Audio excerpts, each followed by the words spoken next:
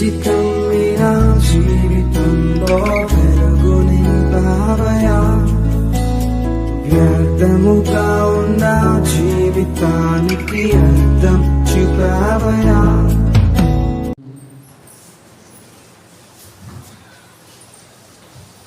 మంచిది.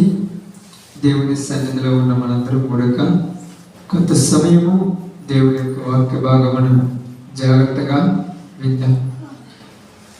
దేవుని మాటలు వినించినప్పుడు ఆలోచించి ఆ మాటల్లో ఉన్న పరమార్థాన్ని గ్రహిద్దాం. లోకములో మనము జీవిస్తున్నప్పుడు మన జీవితాలలో మనము ఆయన మనల్ని ఊహించినట్టుగా ఆయన మనల్ని ఎలా చూడాలని ఆశపడి ఉన్నాడు. ఆ విధముగా మనము కూడా జీవించాలి. సమయంలో బైబిల్ గ్రంథంలో నుంచి హెబ్రీయులకు రాసిన పత్రిక, అపోస్తులైన పౌలు గారు హెబ్రీయులకు రాసిన పత్రిక 6వ అధ్యాయము హెబ్రీయులకు రాసిన పత్రిక 6వ అధ్యాయము 7-8 వచనాలు జాగ్రత్తగా చదువుకుందాం. 7-8 వచనాలు. ఎట్లనగా భూమి తన మీద తరచుగా కురియు వర్షమును త్రాగి ఎవరి కొరకు వ్యవసాయము చేయబడును వారికి అనుకూలమైన పైరులను ఫలించుచు దేవుని ఆశీర్వచనము పొందును. అయితే ముళ్ళ తుప్పలను గచ్చ తీగలను దాని మీద పెరిగిన ఎడల అదికి పనికి రానిది విసర్జింపబడి శాపము పొందదగినదగును, తుదకది కాల్చివేయబడును. దేవుడి వాక్య భాగం మన మధ్యలో ఆశీర్వదించును గాక. ఆమేన్. కుడి వచ్చినందుకు ప్రభునాములు శుభాలు వందనాలు తెలియజేయించున్నాను. దేవుని యొక్క వాక్యములో నుంచి ఈ సందర్భము చాలా ప్రాముఖ్యమైనది. ఎంత ప్రాముఖ్యమైనదంటే క్రైస్తవ జీవితంలో వాళ్ళ బ్రతుకులను దేవుడికి పనికొచ్చే విధముగా ఆశ కలిగి దేవుడు మాట్లాడిన మాట. ఎందుకు ఈ విధంగా మాట్లాడాల్సి వచ్చింది, ఎందుకు ఈ విధముగా ఆయన దానిని గురించి ఆలోచించవలసి వచ్చిందంటే, అపోస్తలుడైనటువంటి పౌలు గారు హెబ్రీలో ఉన్నటువంటి సంఘంతో మాట్లాడుతూ ఉన్నారు. ఏమని మాట్లాడుతున్నారంటే ఎట్లనగా అని ప్రారంభించారు. ఎట్లనగా అంటే దాని ముందు ఏదో ఉందని అర్థం. దాని ముందు ఏమున్నదంట? దాని ముందు ఏమున్నది? దేవుని దివ్య వాక్యమును, రాబో యుగ సంబంధమైన శక్తుల ప్రభావమును అనుభవించిన తరువాత తప్పిపోయిన వారు తమ విషయములో దేవుని కుమారుని మరలా సిలువ వేయచ్చు బాహాటముగా ఆయనను అవమానపరుచుచున్నారు. ఎట్లనగా ఎందుకు మాట్లాడుతున్నాడంటే ముందు జరిగినది మాట్లాడుతూ ఉన్నారు. ముందు ఏం మాట్లాడారంటే దేవుని దగ్గరికి వచ్చిన మీరు నిర్జీవ క్రియలను విడిచి, ఏ క్రియలంట? నిర్జీవ క్రియలను విడిచి మారు మనసు పొంది దేవుని యందు విశ్వాసము చేతను బాప్తిస్మమును గురించిన బోధయు హస్త నిక్షేపమును మృతుల పునరుత్థానమును నిత్యమైన తీర్పును అని పునాది మరలా వేయక రాయబడింది.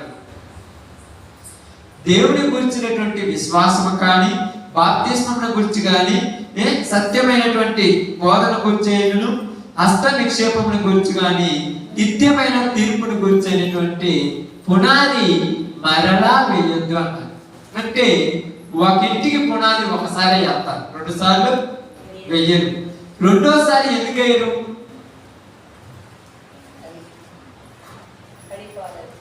అది పడిపోలేదు.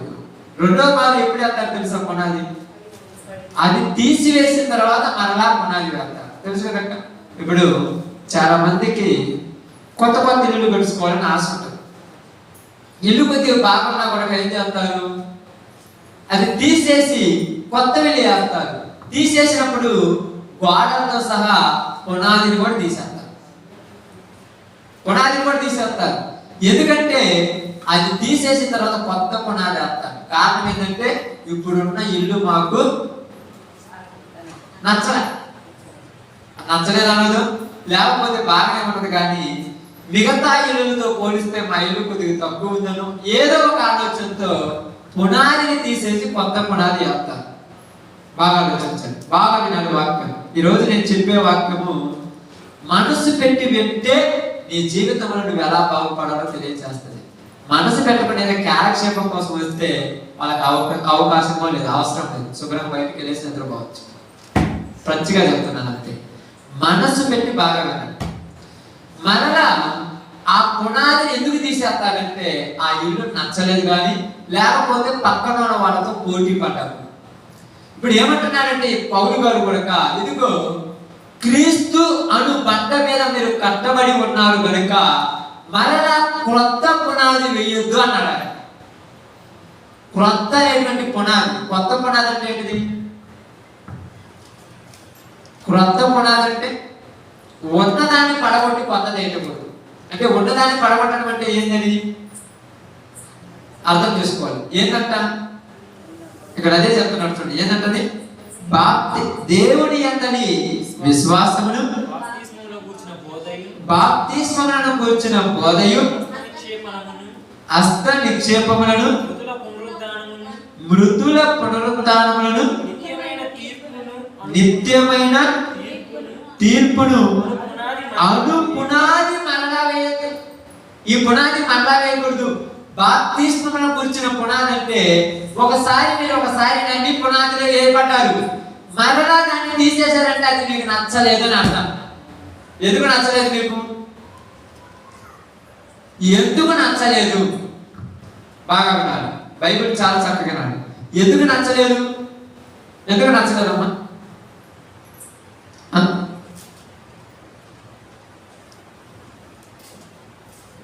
ఎందుకక్క చెప్పండి, ఎందుకు నచ్చలేదు?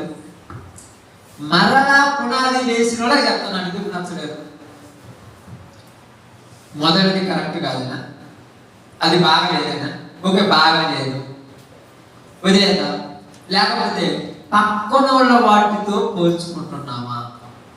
వాళ్ళు ఎలా ఉన్నారు, నేను ఎలా ఉంటాను, వాళ్ళు ఎలా చేశారు, మనం ఇలా చేయకూడదు, మనము వాళ్ళలాగా చేయాలి. అంటే విశ్వాసంలో కూడా బలహీనైపోయారు. విశ్వాసం పడికేంది? వాళ్ళు ఏమన్నా రోజు ప్రార్థన పోతారా? బాగా వాళ్ళు ఏమన్నా రోజు ప్రార్థన పోతారు. వాళ్ళేది ఏదో నెలకు ఒకసారి ప్రార్థన పోతారు. వాళ్ళు బాగున్నాం, మనం బాగున్నాం, మనం రోజు పోయి ఏం చేయాలి? ఇది ఎవరితో పోల్చుకుంటున్నారు ఇప్పుడు? అంటే ఇప్పుడు నీ ఇల్లు నీకు నచ్చలేదు, పక్కింటి మీద పడదు చూపంతా. ఇప్పుడు నచ్చలేదు కాబట్టి ఇప్పుడు ఇల్లు ఏం చేయాలి? పడగొట్టాలి. అది విశ్వాసంలో కూడా బలహీనైపోవడానికి కారణం ఏంటంటే పక్కన వాళ్ళని చూస్తుంటారు. విశ్వాస విషయంలోను, బాప్తిస్మముల విషయంలోను, హస్త నిక్షేపముల విషయంలోను, దేవుని కూర్చిన న్యాయ విషయంలోను, మృతుల పునరుత్థాన విషయంలోను ఆ పునాదిని మరలా వేయద్దు. నమ్మావా? దేవుడిని నమ్మటమే. దేవుళ్ళో కొనసాగుతున్నావా? కొనసాగటమే. దేవుళ్ళో ముందుకు పోతున్నావా? పోవటమే. ఇలా ఉండరు. ఇదిగో ఈ సంఘం బాగలేదంట, ఆ సంఘం బాగుందంట, ఆ సంఘం బాగలేదంట, ఈ సంఘం బాగుందంట, ఇది బాగలేదంట, అది బాగుందంట. చుట్టూ తిరుగుతున్నాడు, ఎక్కడా జనాన్ని ఉండలేడు, నిలకడగా ఉండలేడు. చుట్టూ తిరుగుతాడు. అది కాదు, ఇది మంచిది, ఇది మంచిది అంటాడు. అంటే నీకు తెలియదు ఏది మంచిదో. నువ్వు నమ్మినప్పుడు ఏది మంచిదో నీకు తెలుసు కదా. నమ్మిన దాంట్లోనే కరెక్ట్గా ఉండి వెళ్ళిపోవాలి కదా. కానీ ఏమంటున్నాడు? అను పునాది మరలా వేయద్దు. ఎందుకు వేయద్దంటున్నాడు చూడండి. క్రీస్తును గూర్చిన మూల ఉపదేశమును మాని అంటాడు. క్రీస్తును గూర్చినటువంటి మూల ఉపదేశం ఏం చేయాలంట? మాని. మూల ఉపదేశం అంటే మూల ఉపదేశం అంటమ్మా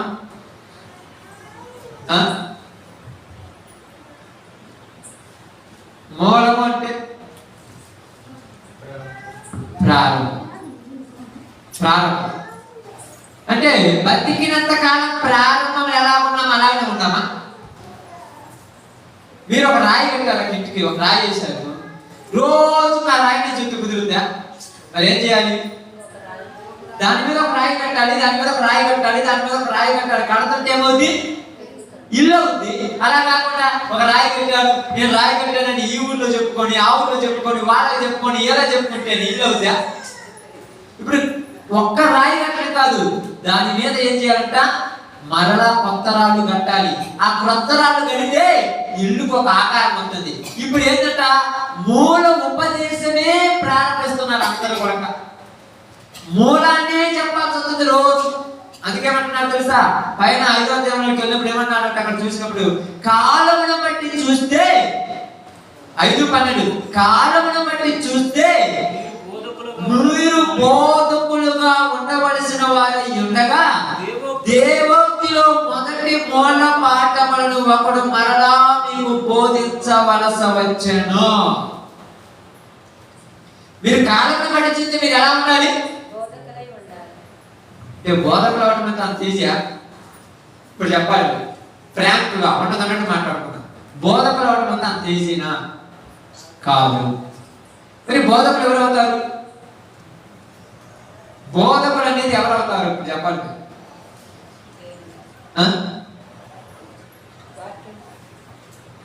బోధకులు ఎవరు అవుతారు? కాలమును బట్టి చూస్తే మీరేమవలసిన వారు అన్నారు అంటున్నాడు.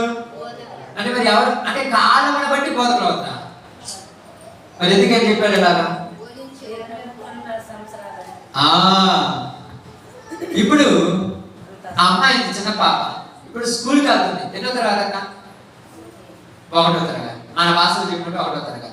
వచ్చే సంవత్సరం, తర్వాత సంవత్సరం 10 సంవత్సరాలకు 10, 11 సంవత్సరాలు 12 సంవత్సరాలకు ఇంటర్మీడియట్ అయిపోద్ది. తర్వాత డిగ్రీ అయిపోద్ది. తర్వాత ఏదో ఒకటి ఎంఎస్సీ అయిపోద్ది. ఇప్పుడు అయిపోయిన తర్వాత ఇప్పుడు ఏం చేయాలి? మళ్ళీ ఈ అమ్మాయి జాబ్ చేయాలి. అంటే జాబ్ చేయాలంటే మొదటి నుంచి చదవాలి లేదా? ఇప్పుడు జాబ్ చేయాలా లేదా? నాకు జాబ్ అంటే ఇష్టం లేదు, నేను చదువుతున్నా ఉంటానంటే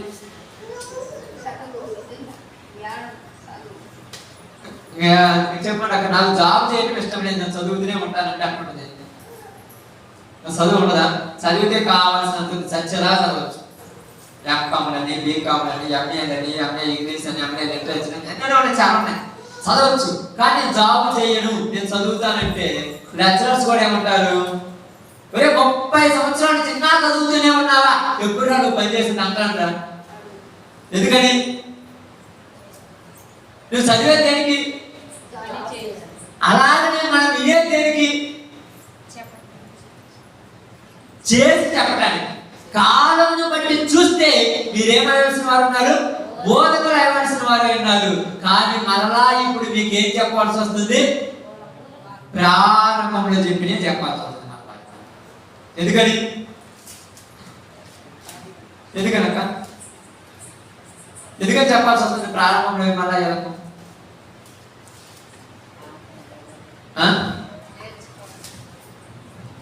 నేర్చుకోలేదు, అంతేనా? నేర్చుకోలేదు. ఏమంటున్నారు చూడండి, వయసు వచ్చిన వారు అభ్యాసం చేత మేలు కీడులను వివేచించుటకు సాధకము చేయబడిన జ్ఞానేంద్రియములను కలిగి ఉన్నారు కనుక. వయసు వచ్చిన వారంటే ఎంత వయసు వస్తే వయసు వచ్చిన వాళ్ళని అర్థమక్క? ఎంత వయసు వస్తే వయసు వచ్చిన వాళ్ళని అంటాం మనం. బలమైన ఆహారం ఎంత వయసు వచ్చిన వాళ్ళు పెడతాము? బలమైన ఆహారం అంటే చికెన్లు, మటన్లు, మొక్కలు. మన భాషలో చెప్పాలంటే మొక్కలు. ఎవరికి పెడతాము? ఏ వయసులో వచ్చిన వాళ్ళు పెడతాము? 5-10 సంవత్సరాలు వచ్చిన వాళ్ళకి మొక్కలు పెడతాం, అంతే కదా? అదే సంవత్సరం ఉన్న వాళ్ళకి మొక్క పెడతారా? ఎందుకని?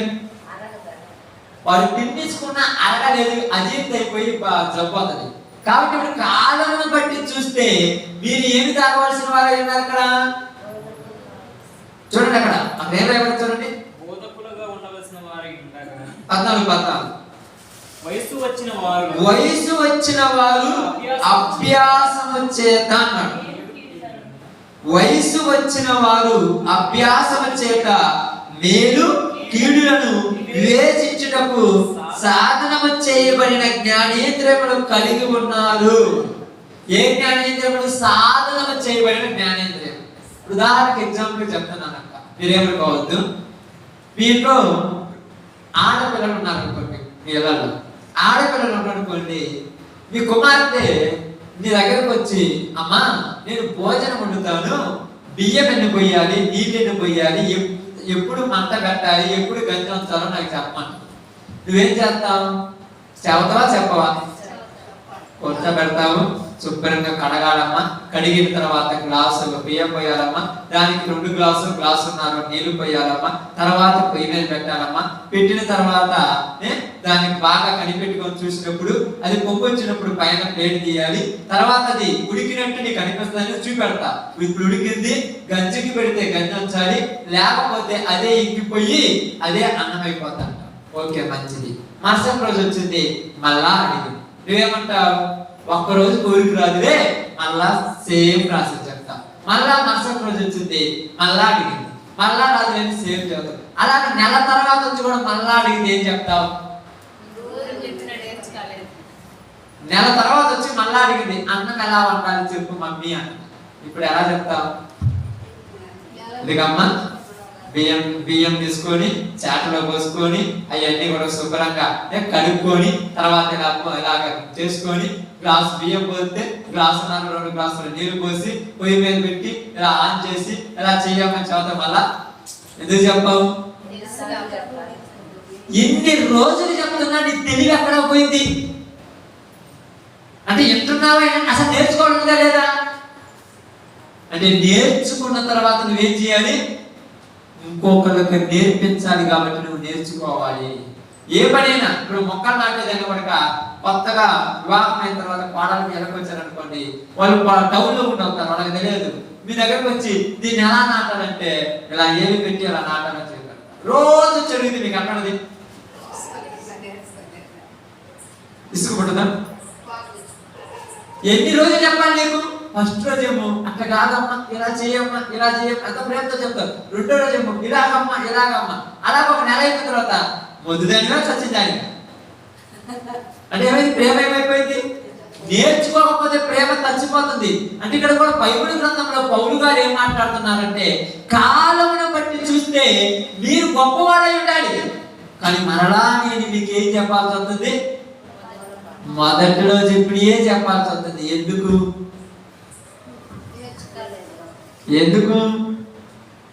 నేర్చుకోలేదు.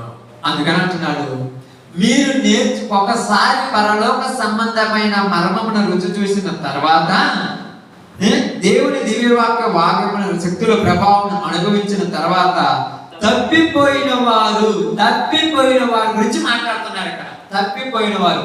అందుకని అంటున్నాడు, ఈ యొక్క మాటలు చెబుతూ ఎలా ఉన్నారంటే, ఎట్లనగా భూమి తన మీద తరచుగా కురియు వర్షమును త్రాగి, భూమి మీద ఆకాశం నుంచి నిలబడుగాక వర్షం పడుతుంది. ఆ వర్షం ఎవరు తాగుతారు? భూమి తాగుద్ది. దేనికోసం తాగుద్ది? పంట పండియాలని తాగుద్ది. తాగి ఎవరి కొరకు వ్యవసాయం చేయబడును వారికి అనుకూలమైన పైరులను ఫలించుచు అన్నాడు. ఎవరైతే రాత్రి పగలు కష్టపడి చాకరీ చేస్తారో, వ్యవసాయం చేస్తారో, వాళ్ళకి ఎలాంటి పంట పండుతుందంట? అనుకూలమైన పంట పండుతుంది. ఇప్పుడు ఈ పంటను చూసి నువ్వేమనుకుంటావు చెప్పక? ఆనంద భరితుడు అయిపోతావు, సంతోషం అయిపోతావు. అబ్బా నేను కష్టపడుతున్నాను, ఎంత పంట పడుతుంది అనుకుంటా. ఆ ఫలించుచు దేవుని ఆశీర్వచనము పొందును. ఇప్పుడు ఈ భూమి తన యొక్క యజమానుడికి మంచి పంట అందించిన కనుక దేవుడు ఆ భూమిని ఏం చేస్తాడంట? ఆశీర్వదిస్తాడు. అలాగే బాగా అలాగే అయితే ఆ భూమి ఏ భూమి? ఏ భూమి మీద అయితే వర్షం పడుతుందో, వర్షం పడిన తర్వాత ఆ భూమి మీద వ్యవసాయకుడు పంట పండించాలని ఉదయం నుంచి సాయంకాలం దాకా రాత్రి పగలు కష్టపడతాడు. కష్టపడి చెమటొచ్చి దానిని దుక్కు దున్ని దాన్ని రాళ్ళేరి కుప్పలు పెట్టి ఎన్నో చేసిన తర్వాత అది చివరిలో ముండ్ల తుప్పలను గచ్చ తీగలను దాని మీద పెరిగిన ఎడల, ఎంత కష్టపడితే దానిలో ముండ్ల తుప్పలు గచ్చ తీగలు పెరిగితే ఇప్పుడు యజమానుడికి ఎలా ఉంటుందక్క? బాధ ఉంటుందా?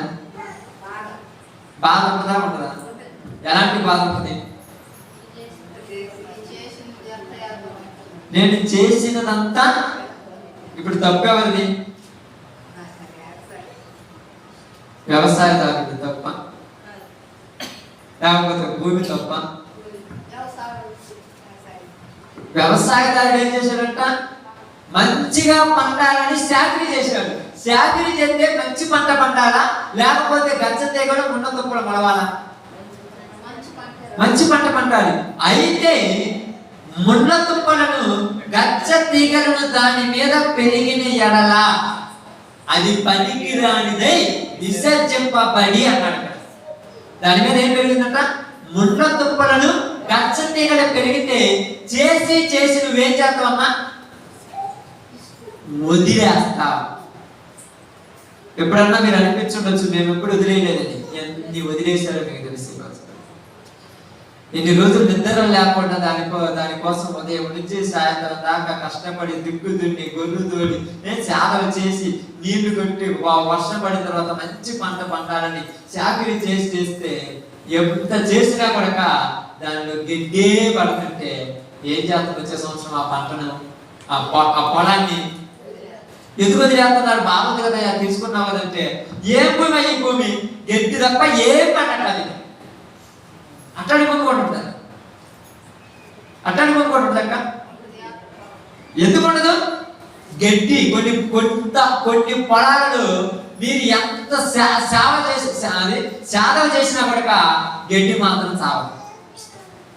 కొన్ని సంవత్సరాలు ఏం చేస్తారంటే వదిలేస్తారు. అప్పుడు ఏదే వదిలేసామంటే ఆ భూమి దానిలో గచ్చ తొప్పలు ముండ్ల తొప్పలు తప్ప ఏమి కనపడ, కందేసినా సజ్జేసినా రాగులేసినా కూడా పంట అయితే ఎంత ఉన్నది, ఆ ముండ్ల తుప్పలు గచ్చ పదవి అయితే ఎంత ఉంటాయి. ఎందుకని? అది పనికి రాని భూమి. అంటే ఆకాశం నుంచి పడిన వర్షాన్ని తీసుకుందా తీసుకోలేదా? వ్యవసాయదారుడు వేసినటువంటి మందును తీసుకున్నదా తీసుకోలేదా? తీసుకున్న తర్వాత ఏమి పెరిగినాయి? గచ్చ తుప్పలను ముండ్ల తుప్పలు పెరిగాయి. గచ్చ తీగలను ముండ్ల తుప్పలను పెరిగాయి. ఇప్పుడు ఆ భూమిని ఏం చేస్తాడు? అని ఏమన్నాడు? అది పనికి రానిదని విసర్జింపబడి శాపము పొందదగును. అది పనికి రానిది. ఏంటంట? ఈ భూమి పనికి రానిది కాబట్టి చివరికి దాన్ని ఏం చేయాలంట? కాల్చివేయాలి. ఇప్పుడు ఇక్కడ మనకు చెప్తున్నాడు, కాల్చివేసే భూమి ఆశీర్వదింపబడిన భూమి, మంచి పంట పండే భూమి ఆశీర్వదింపదగిన భూమినా? ఏది ఆశీర్వదించదగిన భూమి? మంచి పంట పండేది ఆశీర్వదింపదగిన భూమి అగును. అదే ముండ్ల తుప్పలను గచ్చ తీగలను పెరిగిన భూమి ఏమవుతుందంట? అక్కడ రాయబడి ఏంటంట? శాపము పొందదగినదగును అన్నాడు. శాపము పొందదగినదగును. అక్కడ పైన చూసింది ఆశీర్వచనము పొందును. ఇప్పుడు ఇక్కడ ఒకే భూమికి చూడండి, 2 రకాల భూములు ఉన్నాయి. రెండిటికి ఒకే రకమైన శాఖ జరుగుతుంది. దాని మీద వర్షం కురిసింది, దీని మీద వర్షం కురిసింది. అది కూడా వర్షపు నీటిని తాగింది, ఇది వర్షపు నీటిని తాగింది. అది వర్షపు నీటిని తాగిన తర్వాత ఆ ఎవరి కొరకు వ్యవసాయం చేయబడును. ఇప్పుడు నువ్వు ఎవరి కొరకు వ్యవసాయం చేస్తున్నావు?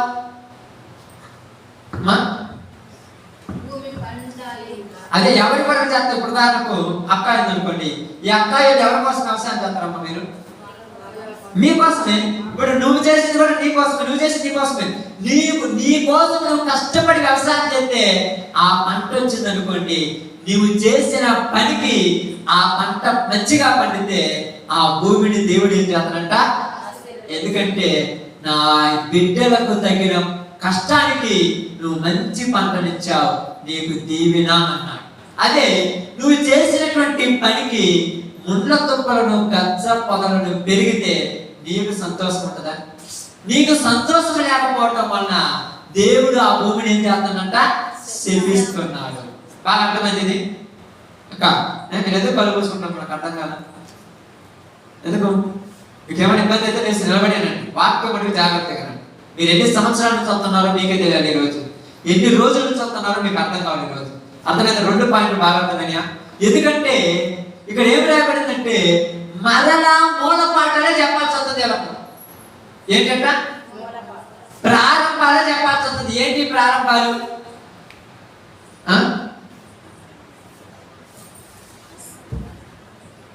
ప్రారంభాలు అంటే ఏంటి అమ్మా? అదే మొదట ఏంటి?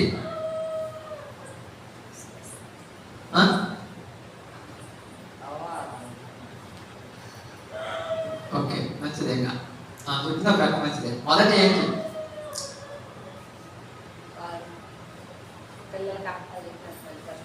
అదే విశ్వాస విషయంలో మనకు మొదట ఏంటి?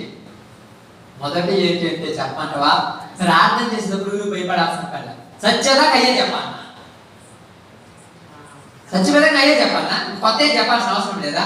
మీరు భయపడవద్దు, బైబిల్ తీసుకున్నప్పుడు దాచిపెట్టుకొని రావద్దు, సత్యపదంగా ఏ చెప్పాలన్నా? మారే చెప్పేది లేదా? అందుకే ఏ చెప్పాలని పౌలు గారు అంటున్నారు, మీకు మొట్టమొదటి చెప్పిన మళ్ళా చెప్పితే ఎప్పుడు మీరు నేర్చుకుంటారని ఆయన బాధపడతారు. ప్రారంభంలో చెబుతుంది, ఇప్పుడు చెబుతుంది. ఇదిగో అందరూ కలిసి ఉండాలి, అందరూ ఒకే శరీరమును ఒకే రక్తమును తీసుకుంటున్నాము, అందరం యేసు ప్రభు ద్వారా ఒకటిగా మార్చబడ్డాము. ఇక మనకు దేవుని బిడ్డలే కానీ లోకానికి మనకి ఏమైందంట? వేరే బిడ్డలు, వాళ్ళతో మనకు సంబంధం లేదంటే మరలా చనిపోయేదానికి ఏ చెప్పాలంటే కొత్తగా ఎప్పుడు చెప్పాలి? లోపల ఉన్నటువంటి ఆ యొక్క పరలోక సంబంధమైనటువంటి మాధుర్యాలను ఎప్పుడు చెప్పాలి? ఈ నేర్చుకోవడానికి సరిపోయా? ఎన్ని సంవత్సరాలు నేర్చుకోవాలి చెప్పండి? అందుకన్నాడు. ఇప్పుడు మీకు అర్థమైంది కదా, మంచి పంట పండించే భూమి ఏమైందంట? అదే చెడ్డ పంట పండించిన భూమి శాపించబడింది. ఓకే, 2 గుర్తుపెట్టుకో. ఇప్పుడు బైబిల్ గ్రంథానికి పోదాం, చాలా జాగ్రత్తగా చూడండి ఏం జరిగిందో చూద్దాం. బైబిల్ గ్రంథంలో నుంచి యెషయా గ్రంథం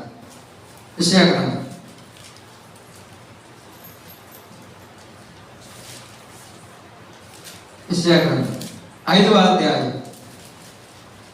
యెషయా గ్రంథం 5వ అధ్యాయం. మీ అందరికీ తెలిసిన పాఠమే, జాగ్రత్తగా చెప్తున్నాను. 5వ అధ్యాయం మొదటి నుంచి జాగ్రత్తగా చదువుతాం. నా ప్రియుని గురించి పాడెదను వినుడి, అతని ద్రాక్ష తోటను బట్టి నాకు ఇష్టడైన వాని గురించి పాడెదను వినుడి. బాగా ఏ భూమి అంట? సత్తుగల భూమి గల కొండ మీద నా ప్రియునికి ఒక ద్రాక్ష తోట ఉండెను. ఆయన దానిని బాగుగా త్రవ్వి రాళ్ళని ఏరి అందులో శ్రేష్టమైన ద్రాక్ష తీగలను నాటెను. దాని మధ్య బురుజు ఒకటి వేయించి ద్రాక్ష తొట్టిని తొలిపించను. ద్రాక్ష పండ్లు ఫలింపవలనని ఎదురు చూచుచుండెను, గాని అది కారు ద్రాక్షలు కాల్చెను. కావున యెరూషలేము నివాసులారా, యూదా వారలారా, నా ద్రాక్ష తోట విషయము నాకు న్యాయము తీర్చవలనని మిమ్ముని వేడుకొనుచున్నాను. నేను నా ద్రాక్ష తోటలో చేసిన దానికంటే మరేమి దానికి చేయగలను? అది ద్రాక్ష పండ్లు కాయునని నేను కనిపెట్టినప్పుడు అది కారు ద్రాక్షలు కాయుటకు కారణమేమి? బాగా ఆలోచించండి. నేను ద్రాక్ష తోటలో చేయబో కార్యము మీకు తెలియచెప్పెదను. నేను అది మేసివేయబడినట్లు దాని కంచ కొట్టివేసేదను, అది త్రొక్కబడినట్లు దాని గోడను పడగొట్టి దాన్ని పాడు చేసేదను. అది శుద్ధి చేయబడదు, పారతో త్రోవబడదు. దానిలో గచ్చ పొదలను బలరక్కసి చెట్లను బలిసి ఉండును. దాని మీద వర్షింపబడదని మేఘమునకు ఆజ్ఞాపించెదను. ఇశ్రాయేలు వంశము సైన్యములకు అధిపతికు యెహోవా ద్రాక్ష తోట, యూదా మనుషులు ఆయనకి ఇష్టమైన వనము. ఆయన న్యాయము కావాలని చూడగా బలాత్కారము కనబడెను. నీతి కావాలని చూడగా రోదనము వినబడెను. ఇక్కడ జాగ్రత్తగా గమనించండి. ఆయన చెప్తున్నాడు, ఎవరి గురించి మాట్లాడుతున్నాడు ఇక్కడ? ఎవరి గురించి మాట్లాడుతున్నాడు? ఇశ్రాయేలు గురించి మాట్లాడుతున్నాడు. ఎవరి గురించమ్మా? ఇశ్రాయేలు గురించి మాట్లాడుతున్నాడు.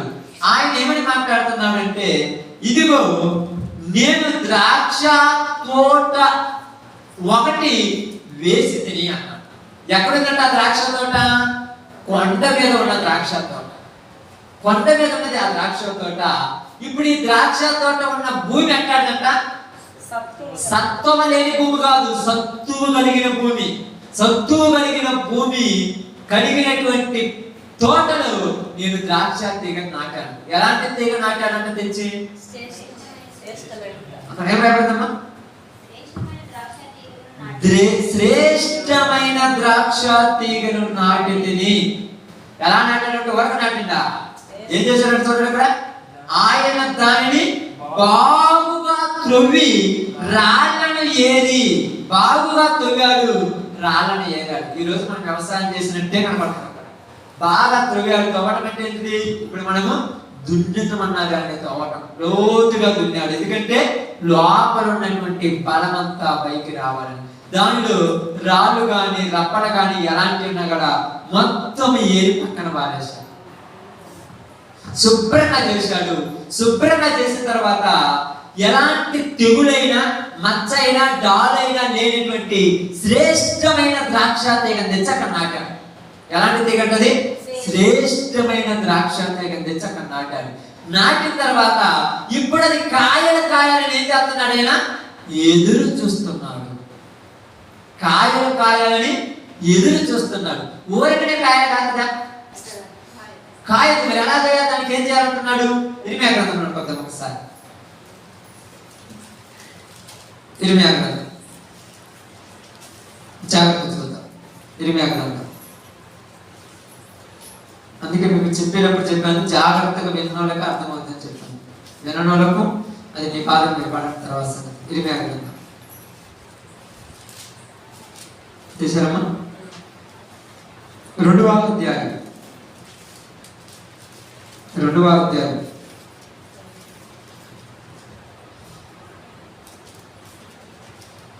తీసారమ్మా? 21వ వచనం ఒకసారి చదువుదాం. శ్రేష్టమైన ద్రాక్షావల్లి వంటి దానిగా, శ్రేష్టమైన ద్రాక్షావల్లి వంటి దానిగా నేను నిన్ను నాటి తిని. శ్రేష్టమైన ద్రాక్షావల్లి వంటి దానిగా నేను నిన్ను నాటి తిని. ఎందుకు నాటానంటారా? నేను నాటిన తీగ చెడ్డదైతే కాయలు కూడా ఎలాంటి కాయాలి?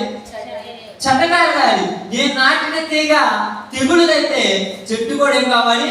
తెగులుంచి పోవాలి. నేను నాటిన తీగలో ఎలాంటి మనమంటా చూడండి, ఏదైనా మాను తెగులైనను గొప్ప తెగులైనను ఎలాంటిది లేకుండా మంచి చెట్టును తెచ్చి నాటాడు. నాటినటువంటి చెట్టు మంచిదే, నాటబడిన పొలము మంచిదే. నేనేమన్నా కష్టపడలేదంటావా? లోతుగా తవ్వాను, బాగా దానికి ఏం చేశాను? రాళ్ళని ఏరేశాను, మంచిగా చేశాను. చేసిన తర్వాత ఇప్పుడు నేను అది కాయాలని ఎదురు చూస్తున్నాను. ఏం చేస్తున్నానంట? కాయలు కావాలని ఎదురు చూస్తున్నాను. ఇప్పుడు ఏం చేద్దాం చూడండి. బైబిల్ గ్రంథం అదే 2వ అధ్యాయం చూడండి. 4వ వచనం జాగ్రత్తగా చదువుదాం. 4 నుంచి. యాకోబు ఇంటి వారులారా, ఇశ్రాయేలు ఇంటి వారులారా, మీరందరూ యెహోవా మాట వినండి. యెహోవా ఇలాగ సెలవిచ్చుచున్నాడు. బాగా వినండి. దేవుడే చెప్తున్నాడంటే ఏమని చెప్తున్నాడంట? నా యందు ఏ దుర్నీతి చూసి నీ పితరులు వ్యర్థమైన దానిని అనుసరించి తాము వ్యర్థలవునట్లు నా యొద్ద నుండి తొలగిపోయిరి. ఐగుప్తులో నుండి మిమ్మల్ని రప్పించిన యెహోవా ఎక్కడున్నాడని అరణ్యములో అనగా ఎడారిలో గోతులు గల దేశములో అనావృష్టియు గాఢాంతరము కలవడం కలిగి ఎవరును సంచారమైనను నివాసమైన చేయని దేశములో మిమ్మల్ని నడిపించిన ఎక్కడ ఉన్నాడని జనులు అడుగుటలేరా? దాని ఫలములను శ్రేష్ఠ పదార్థములను తినునట్లు నేను ఫలవంతమైన దేశంలోనికి మిమ్మల్ని రప్పింపగా మీరు ప్రవేశించి నా దేశమును పాడు చేసితిరి. ఏం చెప్తున్నాడు? నేను ఎలాంటి దేశంలోనే తీసుకొచ్చాను మిమ్మల్ని? మంచి దేశంలోనే తీసుకొచ్చాను, మంచి ప్రదేశంలోనే తీసుకొచ్చాను. తీసుకొచ్చేటప్పుడు మీరు ఎలా ఉన్నారు? మంచి వాళ్ళుగా ఉన్నారు, చెడ్డోళ్ళు కాదు. మంచి వాళ్ళని తీసుకొచ్చి తెచ్చాను. తెచ్చిన తర్వాత నాలో ఏ దుర్నీతి చూసి అంటున్నారు. ఇక్కడ ఎవరిలో? దేవుళ్ళు ఏం చూస్తున్నారంట? ఆయన అడుగుతున్నాడు, నాలో ఏ దుర్నీతి చూసి, నాలో ఏ యొక్క వ్యర్థమైన దానిని చూసి, అదే అంటున్నాడండి, ఏ దుర్నీతి చూసి నీ పితరులు వ్యర్థమైన దానిని అనుసరించి అన్నారు. అంటే దేవుళ్ళో ఏ దుర్నీతి చూశారు వీళ్ళు? మరి ఎందుకు వ్యర్థమైన దాన్ని అనుసరిస్తున్నారు? బాగా అర్థం చేసుకోవాలి. మీరు ఒక ప్రాంతానికి వెళ్ళారు, ఒక ప్రదేశానికి వెళ్ళారు, షాపింగ్ అంటారు. మీకు అర్థం అవడానికి భాషలో చెప్తాను. షాపింగ్ అంటారు అంటే మనకి ఎవరికి కూడా మీకు అలవాటు లేదు, ఎక్కువ అలవాటు ఉన్న వాళ్ళకి చెప్తున్నాను, మీరు అర్థం చేసుకోండి. ఎక్కడికైనా ఒక షాప్కి వెళ్ళారు, శారీస్ కొంటాను లేదా బట్టలు కొనడానికి ఒక షాప్కి వెళ్ళారు. అక్కడికి వెళ్ళిన తర్వాత మొత్తం చూసిన తర్వాత నీకు నచ్చకపోతే ఏం చేస్తా? పక్క షాప్కి వెళ్తా. ఇప్పుడు అదే చెప్తున్నాడు ఆయన, నేను మిమ్మల్ని తీసుకొని వచ్చినప్పుడు మీరు నాలో ఏ తప్పు చూసి పక్క దారి పడుతున్నారు అంటున్నాడు ఆయన. నాలో ఏ దుర్నీతి చూసి వ్యర్థమైన వాటి వైపు మీరు వెళ్ళిపోయారని అంటున్నాడు. అంటే ఎందుకు వెళ్ళిపోయారు వ్యర్థమైన దాని వైపు?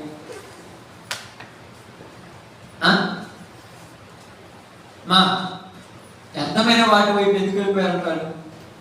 దేవుడిలో ఏ తప్పు ఉందని ఈరోజు లోకం వైపు వెళ్తున్నారు మనుషులు. మరి తప్పు దేవుడు లేకపోతే ఆయన అంటున్నాడు కదా, నాలో ఏ తప్పు ఉందని నీ పితరులు నన్ను విడిచిపెట్టి వేరే వాటి దగ్గరికి వెళ్ళారు అంటున్నాడు ఆయన. మరి ఏం చూశారు? ఏం చూశారు ప్రభు? ఏ తప్పు చూశారు ఆయనలో? అందుకేమంటున్నారు తెలుసా? చూడండి, బాగా చదువుతాం, చూడండి. కిందికి చదువుకుంటాము.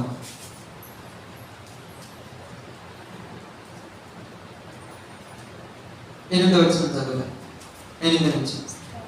స్వాస్థ్యము హేయమైనది, యెహోవా ఎక్కడ ఉన్నాడని యాజకులు అడగరు, ధర్మశాస్త్రోపదేశకులు నన్ను అడగరు, ఏలికలను వారి మీద తిరుగుబాటు చేయుదురు, ప్రవక్తలు బయలు పేరిట ప్రవచనములు చెప్పుదురు, నిష్ప్రయోజనమైన వాటిని అనుసరించుదురు.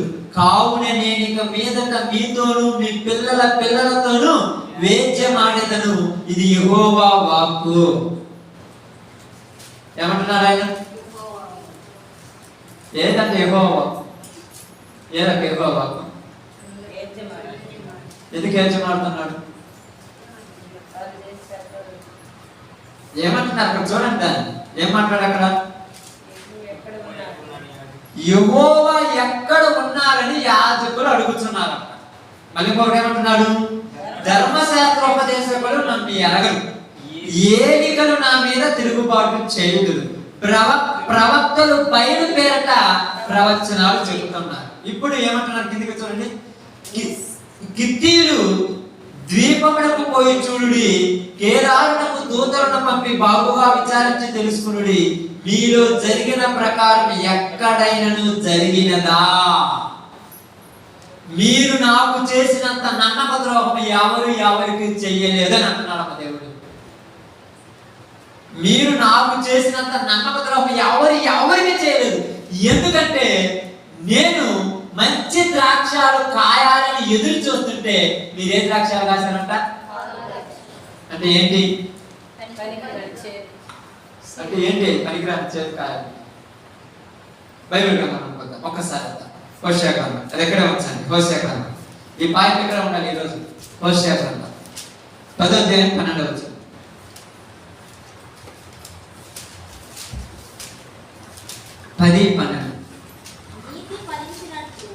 నీతి ఫలించున్నట్లు ఏ విత్తనాలు వేస్తున్నారంటే ఇక్కడ దేవుడు నీతి కలిగిన మాటలు చెప్తున్నారు. ఇక్కడ అవినీతి మాటలు చెప్తున్నారా? వినేది బాగా వినక, వినే 2-3 జాగ్రత్తగా చెప్తున్నాడు. నీతి ఫలించినట్లు మీరేమేమంటున్నాడు? విత్తనాలు వెయ్యండి అన్నాడు.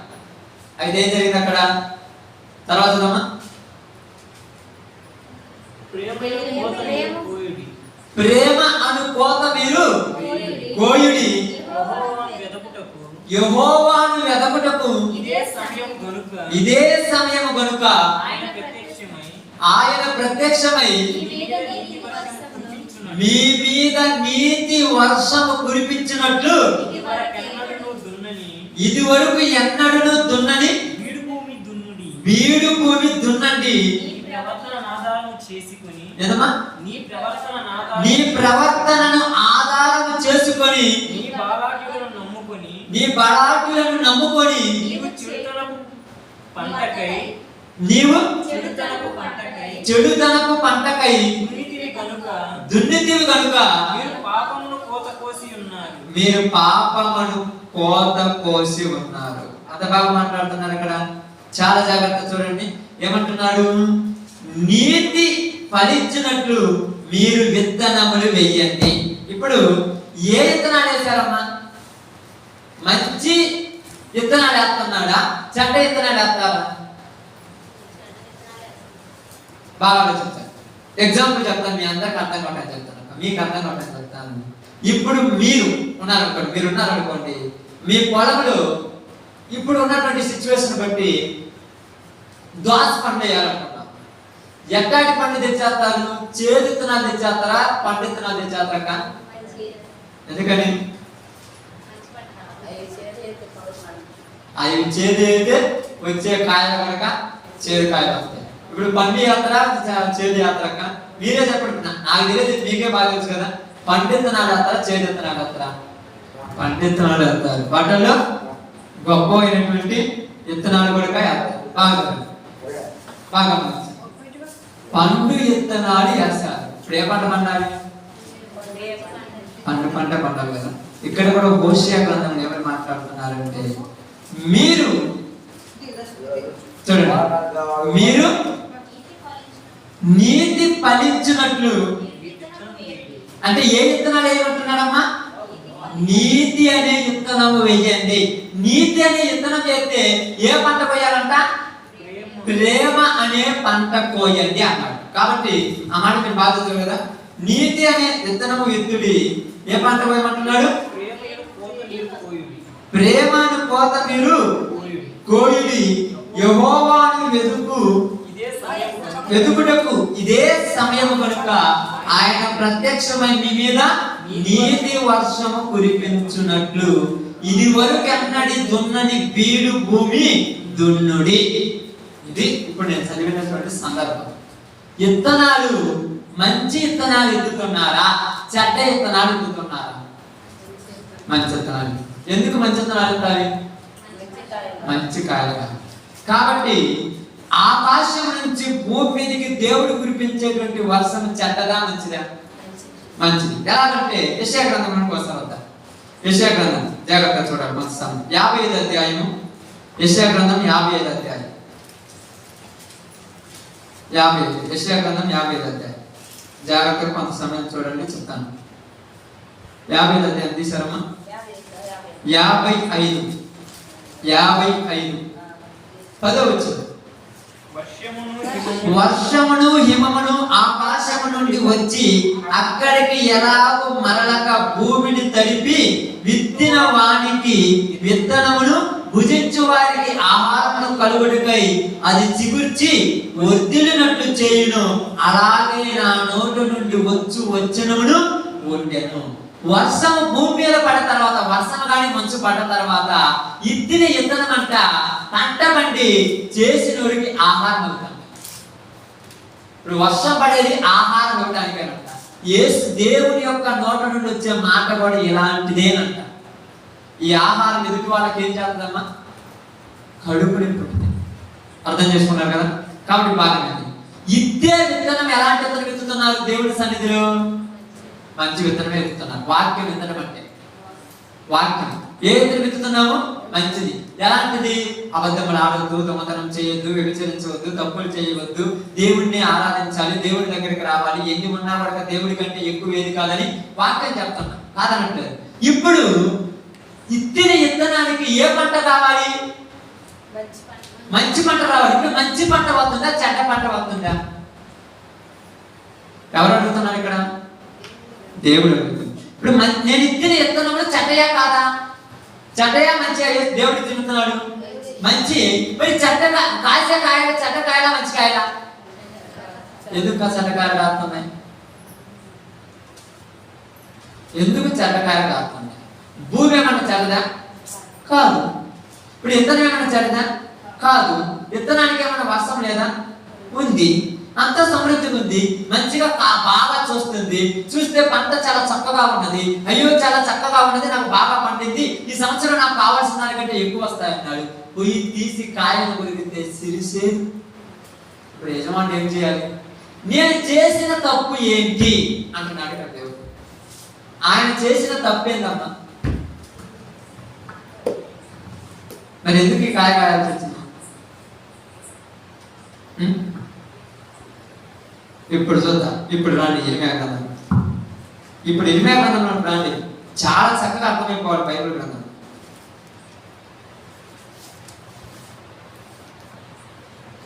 ఇర్మియా గ్రంథంకి వచ్చారమ్మా. తీసిన తర్వాత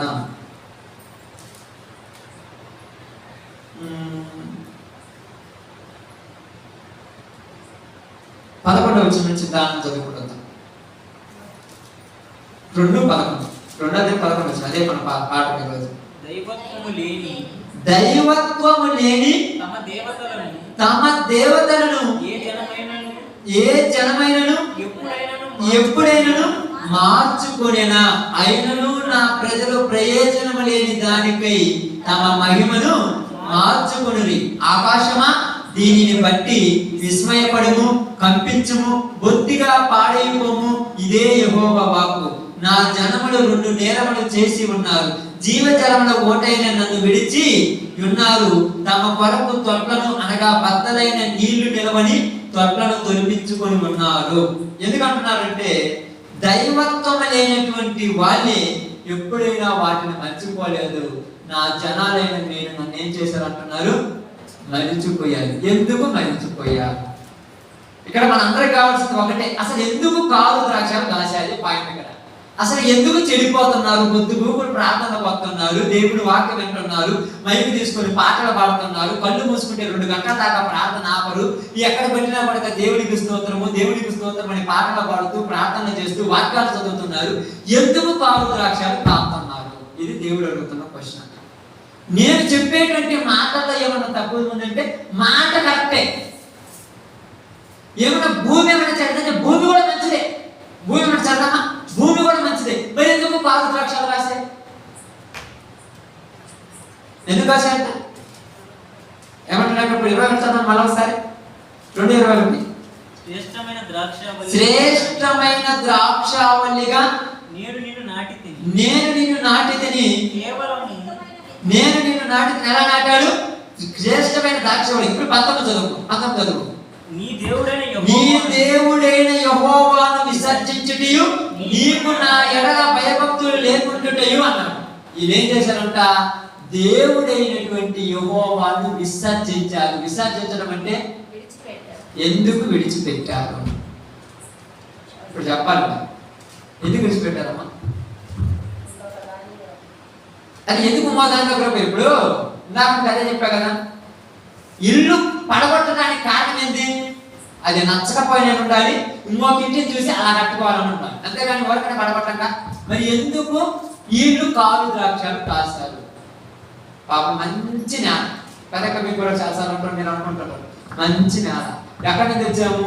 అక్కడెక్కడికో వంచోల దూరం పోయి మంచి విత్తనాలు కలిగిన నారు తెచ్చాం. బాగా పంట పడ్డది. అట్లా నాటాల్సిన పనిలో భూమి మీద అతికితే పంట పడిపోతాను, అంత మంచి నాడు తెచ్చా. బాగా నాటాను, తీస్తే మొత్తం ఎలాంటి కాయలంట? కారు కాయలే, ఒక్క కాయ మనకి వచ్చేది లేదు. ఇప్పుడు ఏంది అసలు కారణం ఏంది? ఇక్కడ మీరు పొలంతో పోల్చారు, ఇక్కడ మనసుతో పోల్చాడు. నేను మీకు ఏమైనా తక్కువ చేశానా అన్నాడు. ఏం చేయలేదు. మరి మీరేమన్నా చెప్పేవాళ్ళ పుట్టేటప్పుడు? లేదు, మంచోలేదు. పుట్టేటప్పుడు ఎవరైనా చెప్పేవాళ్ళమ్మా? తల్లి గర్భంలో చూసేటప్పుడు ఎవరైనా నేను తప్పు చేయడానికి వస్తారా? మంచోలేక. మరి ఎందుకు మీరు అలా అయిపోయారు? ఎందుకు అలా అయిపోయారు ఇశ్రాయేలు లాగా నేను అంటున్నాడు. చూద్దాం ఎందుకు అయిపోయారు కూడా ఇప్పుడు మనకు అర్థం కావాలిగా. సమయం అయిపోతుంది, చెప్పుకోకపోతుంటే మీకు అర్థం అంటే చెప్తాను చూడండి. ఎందుకంటే 23 చదువుతా. నేను అపవిత్రత నొందిన దానను కాను, బయలు దేవతలను అనుసరించి పోవు దానను కాను అని నీవు ఎట్లను పొందువు? ఏమంటున్నా అంటే ఇప్పుడు ఏమొచ్చి అపవిత్రత నేను చెప్పండి కాదు, నేను మంచోనే, నేనేం అన్ని దేవతలకి పూజ చేయట్లేదు, నేను కరెక్ట్ గానే ఉన్నాను అంటున్నాడు. ఎవరు? ఇశ్రాయేలు. ఎవరంటే అనేది? ఇశ్రాయేలు. ఎందుకు అంటున్నాడు చూడండి. చూడండి. లోయలో నీ మార్గము చూడు, లోయలో నీ మార్గము చూడుము, నువ్వు చేసిన దాన్ని తెలుసుకొనుము, నీవు త్రోవలలో ఇటు అటు తిరుగులాడు ఒడిగల వంటవు, అరణ్యమునకు అలవాటు పడిన అడవి గాడిదవు, అది దాని కామాతులతో వలన గాలి పీల్చుచు కలుసుకొనినప్పుడల్లా దాన్ని త్రిప్పగల వాడెవడు? దాన్ని వెదకు గాడిదలలో ఏదియు అలసి ఉండదు, దాని మాంసములో అది కనబడును. జాగ్రత్త పడి నీ పాదములకు చెప్పులు తొడుక్కొనుము, నీ గొంతుకు దప్పికొనుకున్నట్టు జాగ్రత్త పడుము అని నేను చెప్పినను నీవు ఆ మాట వ్యర్థము వినను, అన్యులను మోహించింది వారి వెంబడి పోదునని చెప్పుచున్నావు. కారణం ఏంటంటే ఇక్కడ ఎందుకు కారణం అంట? అడవి గాడిదలాగా నేను కూడా కామాతురత అనే గాలిని పీల్చుకుంటున్నాను. అడవి గాడిద మన స్వభావం ఏంటి? స్వభావం చదివా? అది కూడా చదివేస్తా చూడండి. ఇప్పుడు చదవండి. 31 వచ్చిన 31. యెహోవా సెలవిచ్చిన మాట లక్ష్యపెట్టుము, నేను ఇశ్రాయేలునకు అరణ్యము వలనైతిన గాఢాంధకార దేశము వలనైతిన మేము స్వేచ్ఛగా తిరుగులాడు వారమైతిమి. ఇప్పుడు ఏంటంటే అడవి గాడిదకున్న స్వభావం ఏంటంట? స్వేచ్ఛగా తిరగాలంట. ఇప్పుడు స్వేచ్ఛగా తిరగంటదంట. ఇలాంటి ఇశ్రాయేలు వచ్చి మాకు స్వేచ్ఛ లేదంటున్నాను. స్వేచ్ఛ అంటే ఏంటిది? అది పాయింట్. ఇక్కడ నేను తెచ్చి నాటేటప్పుడు మంచి మొక్కవే, ఇక్కడ భూమి మంచిదే, నేను నేను చేసినటువంటి శాఖనే మంచిదే, నేను వేసినటువంటి మందు మంచిదే, నేను కురిపించినటువంటి వర్షము మంచిదే. కానీ నీలో ఏ గాలి వచ్చింది? ఏ గాలి వచ్చిందంటే చూడండి, అక్కడ రాయబడింది.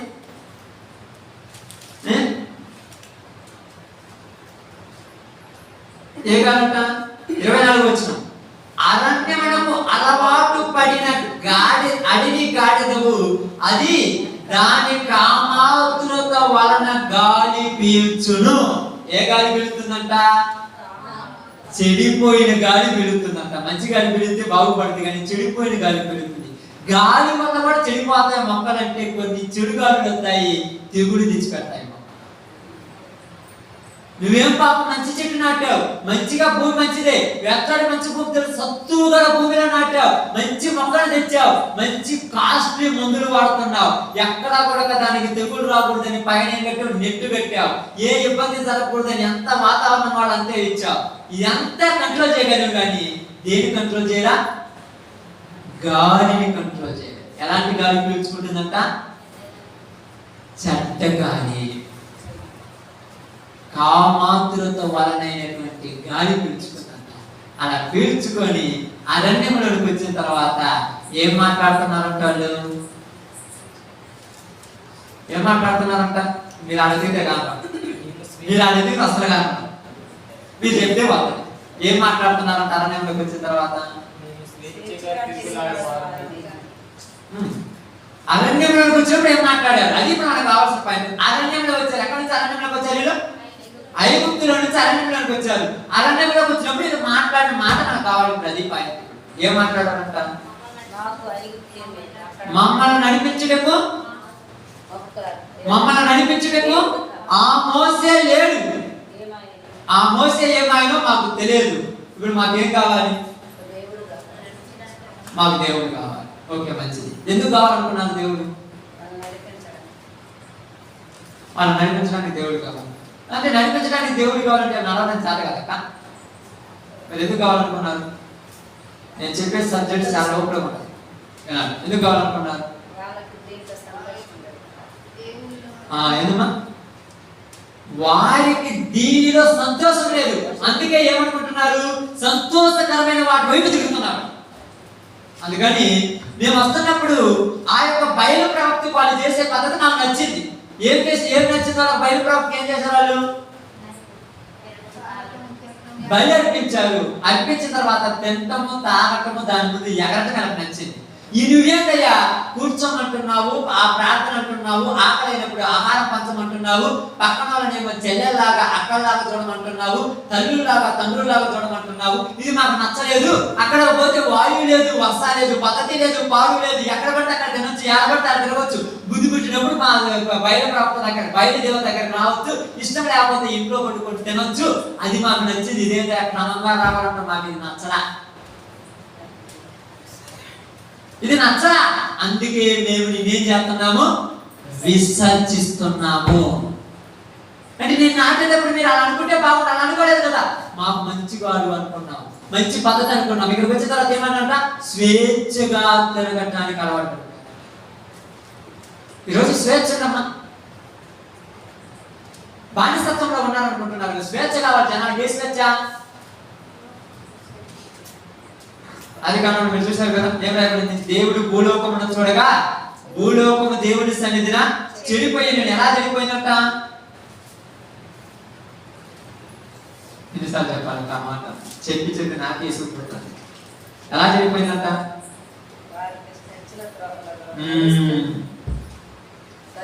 ఎవడి ఇష్టమైన మార్గంలో వాడు తిరుగుతున్నారు. ఎవరికి నచ్చినట్టు వాడు తిరుగుతున్నారు. ఇప్పుడు అది కావాలి జనాలు. ఏది కావాలి? ఎవరికి నచ్చినట్టు తిరగటం కావాలి. ఇప్పుడు నాటితే ద్రాక్ష తోటను మంచిదే, శ్రేష్టమైనదే. నాటేటప్పుడు లోపం లేదు, ఇద్దరు ఇచ్చేటప్పుడు లోపం లేదు, వేసినటువంటి మందులో లోపం లేదు. ఎలాంటి మాటలు చెప్తున్నాడు? న్యాయమైన మాటలు చెప్తున్నాను. ఏమి కోరుకుంటున్నాడు మీ దగ్గర నుంచి అంటున్నారు ఆయన? ప్రేమ. ఇప్పుడు ప్రేమ ఉందా? ప్రేమ ఉందమ్మా జనాల మధ్య? ఏముంది? ఏముంది?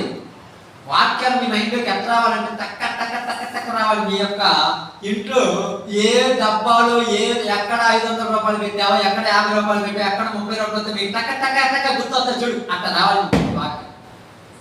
వచ్చిందా? ఎవరికైనా వచ్చింది గుర్తు? ఏది? ప్రేమ. ఎందుకు లేదు ప్రేమ? ఏమా?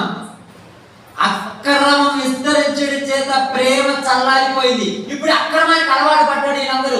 దేవుడి వాక్యం అంటున్నారు, దేవుడి మాట అంటున్నారు, దేవుడిలో బతకాలనుకుంటున్నారు. ఏం కావాలి? అక్రమం కావాలి. అల్లరితో కూడిన ఆటలు కావాలి, అల్లరితో కూడిన పాటలు కావాలి. లోక సంబంధమైనటువంటి ఎంటర్టైన్మెంట్ కావాలి. లోక సంబంధమైనటువంటి ఆ యొక్క దరిద్రమైన మాటల్లో సంతోషాన్ని ఎదుర్కొనే జనాలు ఇప్పుడు మంచి కాయలు కాయాలంటే ఏం కాస్తారమ్మా? మంచి కాయలు కాస్తారా? ఏ తక్కువ ఒక గంట అయినా ప్రార్థన చేయలేమంటే పగులంతా పని చేసి వచ్చాను, ఎందుకంటే నిద్ర వస్తుంది అంటున్నా. అంటే ఇది మంచి కాయ చెడ్డకాయ? మరి ఎందుకంటే నిద్ర వస్తుంది, ఆడ ఎందుకు నిద్ర రాలా? అది నచ్చింది, ఇది నచ్చలా. అది పాయింట్. అంతే. నువ్వు ఎన్ని చెప్పినా నమ్మలే. అంతే. నీకు అది నచ్చింది, ఇది నచ్చలా. ఎందుకు నచ్చలేదు అంటున్నా అంటే ఏమి ప్రవక్త వాడు ఏమంటున్నా చూడండి అక్కడ 27:2-27 జాగ్రత్త చదవాలి. తప్పేమి లేదు. కత్తిని కట్టుకున్నా ఉంటారు బైబిల్. వారు నా తట్టు ముఖము త్రిప్పుకొనక వీపునే త్రిప్పుకొనిది. ముఖం నా తట్టు జరగటదంట, వీపే చూపెడుతున్నారంట. అర్థమైంది? వీపు చూపడం అంటే దేవుడిని చూసే శక్తి నీ దగ్గర లేకుండా. అంతే. మోసే ముఖాన్ని చూసారు వాళ్ళు? మరి ఇప్పుడు ఎందుకు దేవుని సేవకులు మొక్కలు మీరు చూడలేకపోతారంటే తట్టుకునే శక్తి మీ దగ్గర లేదు అంతే. అది పచ్చిగా నిజం అంతే. వాక్యం అంటే నేను అనుకున్నాను, నా నోటి నుంచి వచ్చేది వాక్యం అంటే ఖడ్గం. ఈ ఖడ్గాన్ని తట్టుకునే శక్తి నీ దగ్గర లేక నీ కళ్ళు మూతలు పడిపోతున్నాయి, తల వదిలిపోతుంది. స్వేచ్ఛకు అలవాటు పడినటువంటి అడవి గాడిద స్వభావం అన్నాడు. ఎవరిని? అమ్మే ఇశ్రాయేలీయులు అన్నారు. నీకేం కావాలి? స్వేచ్ఛ కావాలి. నీకు ఎవరు ఇష్టం వచ్చినట్టు వాళ్ళు తిరగటం కావాలి. నా దగ్గరికి వచ్చిన తర్వాత మోసే చెప్పినట్టే నడుచుకోవాలి. ఆజ్ఞలు పెట్టారు, ఆజ్ఞలు నచ్చినాయి జనాలు. ఏదిలో మాకు మళ్ళీ కండిషన్స్ పెట్టావు, ప్రార్థనకు వచ్చేది కాకుండా 10ంటికే రావాలంట, మనం 2 గంటలకు కూకోవాలంట, మాకు 12ంటికి వస్తా, అదైతే మాకు నచ్చుద్ది. ఇప్పుడు 12ంటికి పోయేది అందరికి నచ్చుద్దా? కరెక్ట్ టైంకి వచ్చేది నచ్చుద్దా? ఎవరు ఇష్టం వచ్చినట్టు వాళ్ళకి పోయేది నచ్చుద్ది కదా. ఎందుకంటే ఆ ప్రాణం లేదు, అడిగేవాళ్ళుగా. నీకు అంతా అయిపోయిన తర్వాత, పని అయిపోయిన తర్వాత, అయిపోయిన తర్వాత, ఏం అయిపోయిన తర్వాత ఏదో బుద్ధి పెట్టినప్పుడు నీ చేతనైతే 2 నిమ్మకాయలు, 2 ఆరబత్తీలు, 2 టెంకాయలు పెట్టుకొని నీకు అంతా అయిపోయిన తర్వాత పోయి అలా కూర్చుంటే 2 నిమిషాల పూజ అయిపోతే అది నచ్చింది అన్నాడు. ఇలా గంట జోడు కూర్చొని ప్రార్థన దేవుడి మాట వినాలంటే నచ్చరా? అందుకే మాకు ఇది వద్దని విసర్జిస్తున్నారు అన్నాడు. ఎవరు విసర్జించారు? మీరే. ఎందుకంటే మీరు ఏ గాలి పీలుస్తున్నారంట? ఉదయం లేచిన మొదలుకొని సాయంకాలం దాకా మనం చదివే వాక్యం ఏందమ్మా? కీర్తనలు మొదలు మేము చదువుతాం. చదవండి, మీరు బైబిల్ చదవండి. మీరు చెప్పే మాట అక్కడ కూడా బాగుండదు. ఒకటానికి ఒకటే అంటే చెప్పేది కరెక్ట్, పొందని ఏమని ఉంటాయి. దుష్టుల ఆలోచన చొప్పున నడవక, పాపుల మార్గమున నిలవక, అపహాసకులు కూర్చున్న చోటు కూర్చుండక, యెహోవా ధర్మశాస్త్రమునందు ఆనందించుచు దీవారాత్రులు దాన్ని ధ్యానించువాడు ధన్యుడు. ఈడ చదవబడిన మాటలో ఒక్కటైనా మనకు నచ్చేది ఉన్నదా? ఇప్పుడు చెప్పండి, మీకు ఒక్కటైనా నచ్చుద్దా? ఎందుకు నచ్చదా? ఏమేమి చదివారు మీరు? ఫస్ట్ మాట చదవండి. దుష్టుల ఆలోచన చొప్పున నడవక. దుష్టుల ఆలోచన ఎలా ఉంటాయి చెప్పండి. దేవునికి వ్యతిరేకం అంటే ఏంటని? వాళ్ళ ఆలోచన ఎలా ఉంటాయి? దుష్టుల ఆలోచన ఎలా ఉంటాయి?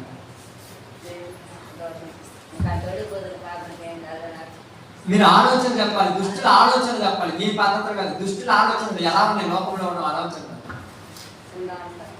ఏమి తినదమా, ఏమి త్రాగుదమా, ఏమి ధరించుకుందామా, కష్టపడి రాత్రి పగలు సంపాదించి కూడబెట్టుకుందామా, అలాంటి ఆలోచనలు ఇప్పుడు మనలో ఉన్నాయా లేవా? ఆలోచన తీసేయమంటున్నాం, తీసక్క. నిజంగా తీసేసే స్వభావం ఉందా? ఇశ్రాయేలుకు వచ్చి ఏమన్నారు? చవి సాధన లేని ఈ ఆహారం నాకు వద్దు. రుచులు కావాలి జనాలు. నిజంగా చెప్పండి, రుచులు కావాలి. పప్పు అన్నం 2 రోజులు తింటే 3 రోజులు ఇస్సిరి నవ్వుతాం. వాళ్ళకి ఏం కావాలి? మటన్ కావాలి, చికెన్ కావాలి. నచ్చదు. ఇంట్లో తల్లిదండ్రులు చేసే భోజనం నచ్చుతామా? ఉదయాన్నంతలే 50 రూపాయలు ఎందుకురా అన్నం అంటే నవ్వదా? ఏం చేస్తావు? దయతో టిఫిన్ చేసి వస్తా. టిఫిన్ చేసేదానికి ఉదయాన్నే 5 గంటలకు నువ్వు లేకుండా నాకు అర్థం కాదు. 5 గంటలకు నువ్వు లేయాలా? 5 గంటలకు లేచి నువ్వు భోజనం వండి అన్ని రెడీ చేసి సిద్ధం చేయాలా? ఎట్టా బయట తినొచ్చు వండాల్సిన అవసరం లేదు. నాకు అర్థం కాదా? రుసులు కావాలి. మధ్యాహ్నం ఏమంటారు తెలుసా?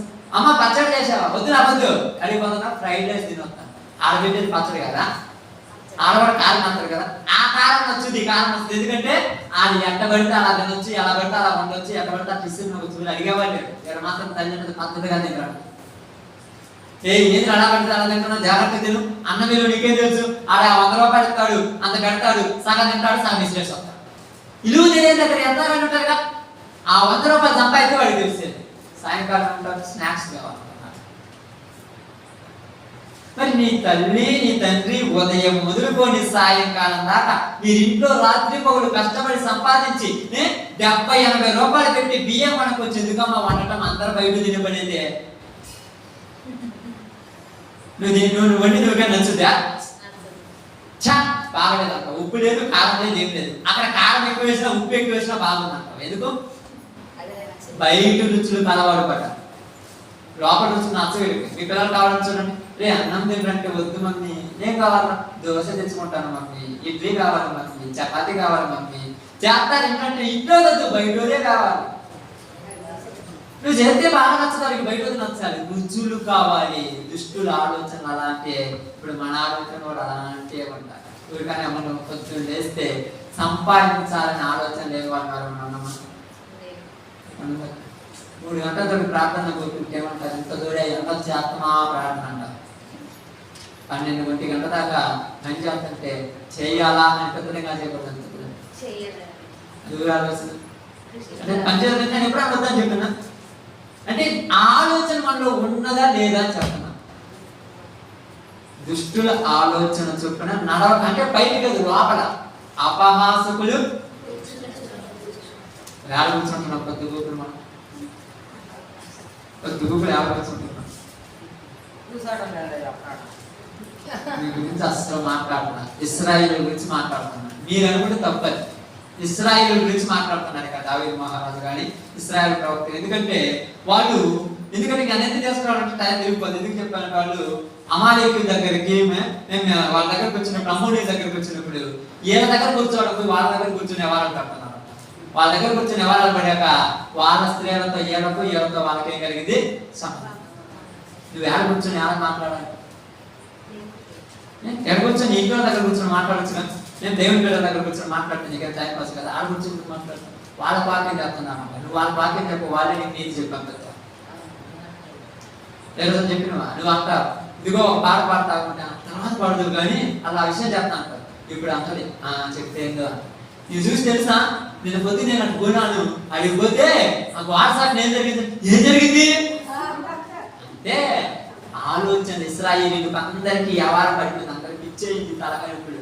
ఇప్పుడు ఈయన ఎంత మంచి విత్తనాలు వేసినా కూడా మొలుతాయి. ఆడ విత్తనాలు వేసారు, అవి పెరిగి పెద్ద అవుతుంటే దానికి ఏ ఆలోచన చుడుతున్నారు, దాని చుట్టూ దుష్టుల ఆలోచన చుట్టేస్తారు. ఏమంటున్నారంట, ఈ చవి సారం లేని ఈ ఆహారం మాకొద్దు, మాకు కొత్త రుసులు కావాలి, అందుకనే మేము యెహోవాకు పండగ చేస్తామన్నారు. పండగ గురించి చేసేది యెహోవాకే పండగ. మళ్ళీ ఎలా కాదు, మళ్ళీ తప్పని చేసే పండగ గురించి చేస్తాను ఊరన్నా. దేవుడికి పండగ గురించి చేస్తా, దేవుడికి పండగ చేస్తాము, మేము పాపాలు చేస్తాము. అదే నచ్చింది. దేవుడు అన్నారు ఈ అడ్డు ఆపు లేకుండా ఎగిరి డ్యాన్స్ చేసి గంతులేస్తున్నారు. ఇప్పుడు అన్నాడు కారు ద్రాక్షలు కాయడానికి కారణం ఏంటంటే వాళ్ళల్లో ఆలోచనలు వచ్చాయి, వాళ్ళల్లో ఆ స్వభావాలు వచ్చాయి. ఎక్కడి నుంచి వచ్చాయంటే గాలి ద్వారా వచ్చాయి. దేని ద్వారా? గాలి ద్వారా ఎలా వస్తాయి? గాలి ద్వారా ఎలా వస్తాయి? కరోనా వచ్చినట్టు వస్తాయా? మరి ఎలా వచ్చాయి గాలి ద్వారా? మనం అక్కడ పోయినా ఎక్కడ పోయినా గాలి ద్వారా ఎలా వచ్చాయి? ఏ గాలిని పీల్చుకుంటున్నారు?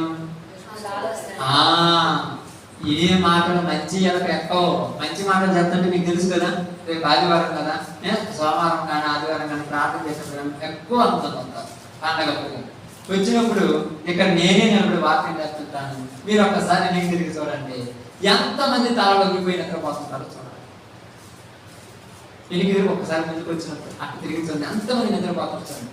ఇదే ఇలా ఏదనే ఇంటికి కొంత పని పెట్టుకొని పోయి చూడండి, పగులు నిద్రపోతే చెప్పాను అసలు రోజుల పగులు ఎవరు కూర్చుందామా, ఎవరితో మాట్లాడాలి, ఏం చేద్దాం. మరి వచ్చి ఏం సాధించాలనుకుంటారు? ఈ మాట వాళ్ళకి ఎక్కకుండా ఏం చేసినంత మూత చేసుకున్న వాళ్ళే. దేవుడు ఎవరిని కూడా నరకానికి పొమ్మని అండు, వాళ్ళే నరకానికి వెళ్ళిపోతున్నారు. దుష్టుల ఆలోచన చొప్పున నడవక అపహాసకులు కూర్చుండక పాపుల మార్గమున నిలవక నిలవబడదు. ఇప్పుడు ఈ మూడిట్లో ఉన్నారా లేదా ఇశ్రాయేలు నాకు చెప్పండి. ఇప్పుడు ఈ ఏ స్వభావాలు వస్తాయి? ఎగ్జాంపుల్కి అర్థం పడడానికి ఒక మంచి మాట చెప్తాను. మన అందరి ముందు ఇక్కడ మన ఆంధ్రప్రదేశ్లో ప్రకాశం జిల్లాలో కొనకనమిట్ల మండలంలో మన గ్రామంలో ఉన్నాం. ఒక 5 సంవత్సరాలు 10 సంవత్సరాలు తెలంగాణలో ఆ యొక్క ప్రాంతంలో ఉన్నటువంటి ఆ యొక్క ఏరియాలో ఉన్నటువంటి మెదక్ జిల్లాలో లేకపోతే కరీంనగర్ జిల్లాలో లేకపోతే వరంగల్ జిల్లాలోకి వెళ్ళాను. అలా ఒక 2 సంవత్సరాలు ఉన్నప్పుడు అక్కడ పోయిన తర్వాత మన మాట ఏమైపోద్ది? ఎందుకు మారిపోయింది? మనం ఇక్కడ పుట్టినాం కదా, ఇక్కడ పెరిగినా 2 సంవత్సరాలుగా మారిపోద్ది. ఎందుకు మారిపోద్ది? వాళ్ళలాగా మీరు మాట్లాడాలని అలవాటు పడిపోయారు. అలాగే ఇప్పుడు దేవుని విడిచిపెట్టిన తర్వాత వేరే వాటికి అలవాటు పడటానికి జనాలు అలవాటు పడతారు. ఇప్పుడు మీరు అంటారు పొద్దుపోయి ఇంటికాడికి పోయి బైబిల్ పట్టుకొని ప్రార్థనకు రావు, నీకేం పని పట్టలేదు, నువ్వేమంటారు, నాకు ఎన్ని బాధ తెలుసా? ఇందులో ఇట్లా మాట్లాడుతుందంటే గాలి మొత్తం ఎక్కిపోయింది, మనం పంపించిన బయటికి రాదు. నీ ఇంట్లో ఒక వస్తువు కొనుక్కునేటప్పుడు ఎవరు నిన్ను అంటానికి లేదు. దేవుడి దగ్గరకు వస్తువులు ఎందుకు అంటున్నారు నాకు అర్థం కాదు. నువ్వు ఏదైనా ఒక పని చేసేటప్పుడు ఎవరు నిన్ను మాట్లాడటానికి లేదు, మరి ఇప్పుడు ఎందుకు మాట్లాడుతున్నారు అర్థం కాదా? దేవుడి దగ్గరికి వచ్చినప్పుడు దేవుడు ఏమన్నారంటే, నేను విత్తిన విత్తనాలు నీ లోనికి వచ్చిన తర్వాత విత్తనాలు ఏమైపోయాయంట? మారిపోయినాయి. మారిపోయినట్టు అర్థమైందా? మారుతాయి అంటే మారుతాయి, కొన్ని విషయాలు తప్పరుగా. ఇప్పుడు ఉదాహరణకు కొన్ని గింజలు, ఉదాహరణకు మీరు ఉన్నారనుకోండి, మంచి నీళ్ళు తెస్తే ఆ గింజలు ఎలా ఉంటాయి? ఉబ్బుతి. అప్పుడు తిన్నప్పుడు ఎలా ఉంటాయి? మంచి నీళ్ళు విత్తనాలు మొలకొచ్చి తీయకుంటాయి, బాగుంటాయి. అదే విత్తనాలు ఉప్పు నీళ్ళలో వేస్తే అవి కూడా ఉబ్బుతి. అప్పుడు అవి తిన్నప్పుడు ఏమవుతాయి? ఇప్పుడు దాంట్లో టేస్ట్ కదా, మరి ఎందుకు ఉప్పకొచ్చింది? ఇదే మంచిగా ఉంది. ఇది మంచి నీళ్ళలో పడింది, మంచి నీటిని ఏం చేసింది? పీల్చుకున్నది. పీల్చుకున్న తర్వాత మనం తినేటప్పుడు దాని స్వభావం మనలో కనపడింది. అదే ఇది ఉప్పు నీళ్ళలో పడింది, ఉప్పు నీళ్ళు ఏం చేసింది? పీల్చుకుంది. పీల్చుకున్న తర్వాత తినేటప్పుడు దానిలో ఉన్న స్వభావం మనకు కనపడింది. అలాగే మీరు ఎక్కడ ఎక్కువ సమయం స్పెండ్ చేస్తారో వాళ్ళ పద్ధతులను కొన్ని పీల్చుకుంటారు, వాటిని బయటకు అప్పుడప్పుడు వదిలేస్తారు. తిన్నప్పుడు వదిలేస్తారు. తినడం అంటే ఫలాలు. ఫలాలు అంటే ఏంటి? ఇప్పుడు చెప్పాలి. క్రియలు, మాటలు.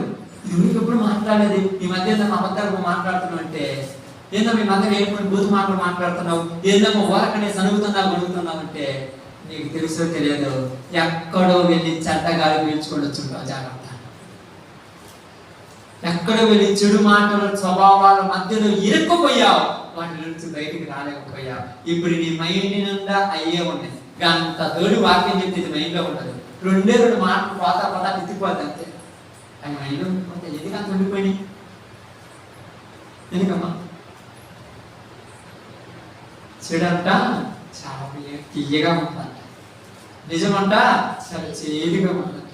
అబద్ధాలు చెప్తే మళ్ళీ బాగుంటుంది. అవునా, నిజమే. నేను అనుకోండి, ఈ మధ్య బాగా డౌట్ వచ్చింది, ఈ మధ్య అర్థం ఉంటుంది, పరిస్థితి బాగాలేదు, అమ్మో అవును కరెక్టే, నేను తెలుసుకుంటాను. నేను తెలుసుకుంటా, ఏంది ఇంజక్షన్ ఏంది అది? ఇప్పుడు అంటున్నాడు, కారు ద్రాక్షాలు గాయటు గల కారణం ఏంటంటే, నువ్వు పీల్చుకున్న గాలి, నువ్వు వేసిన వేషాలు, నువ్వు తిరిగిన ప్రదేశాలు మంచివి కాదు.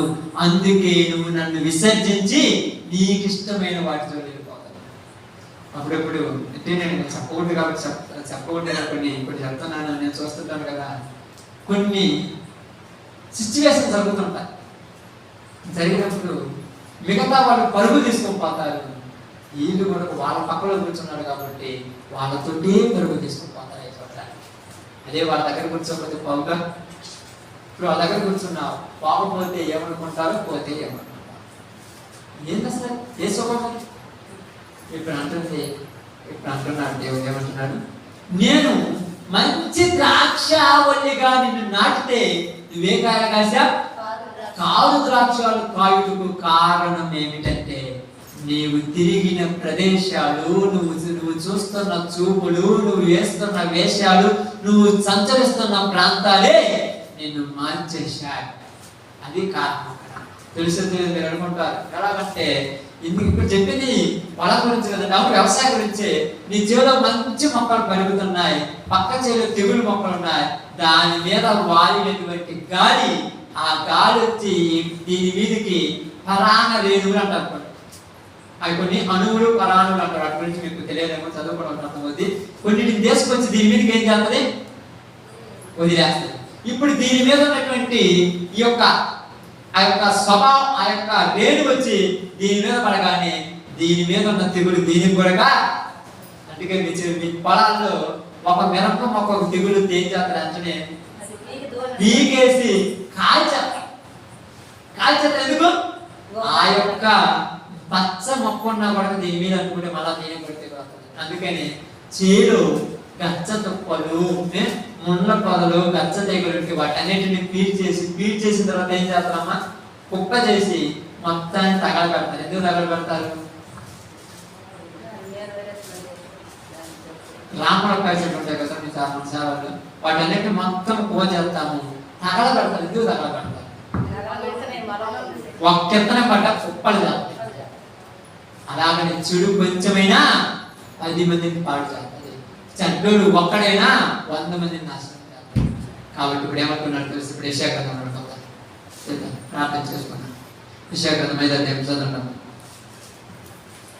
కాదు ద్రాక్షల గాయక కారణం ఏదో ఇప్పుడు అంతా మీకు వివరించింది. అదే యెషయా 5 త్వరగా తీసారమ్మా, కిందికి చదువుకుంటుందా? ఇప్పుడు చదవండి 11 నుంచి. కావున నా ప్రజలు జ్ఞానము లేకయే చెరపట్టబడిపోతున్నారు. ఏమి లేదంటే వాళ్ళకు జ్ఞానము. జ్ఞానం అంటే ఏంటిది? జ్ఞానం అంటే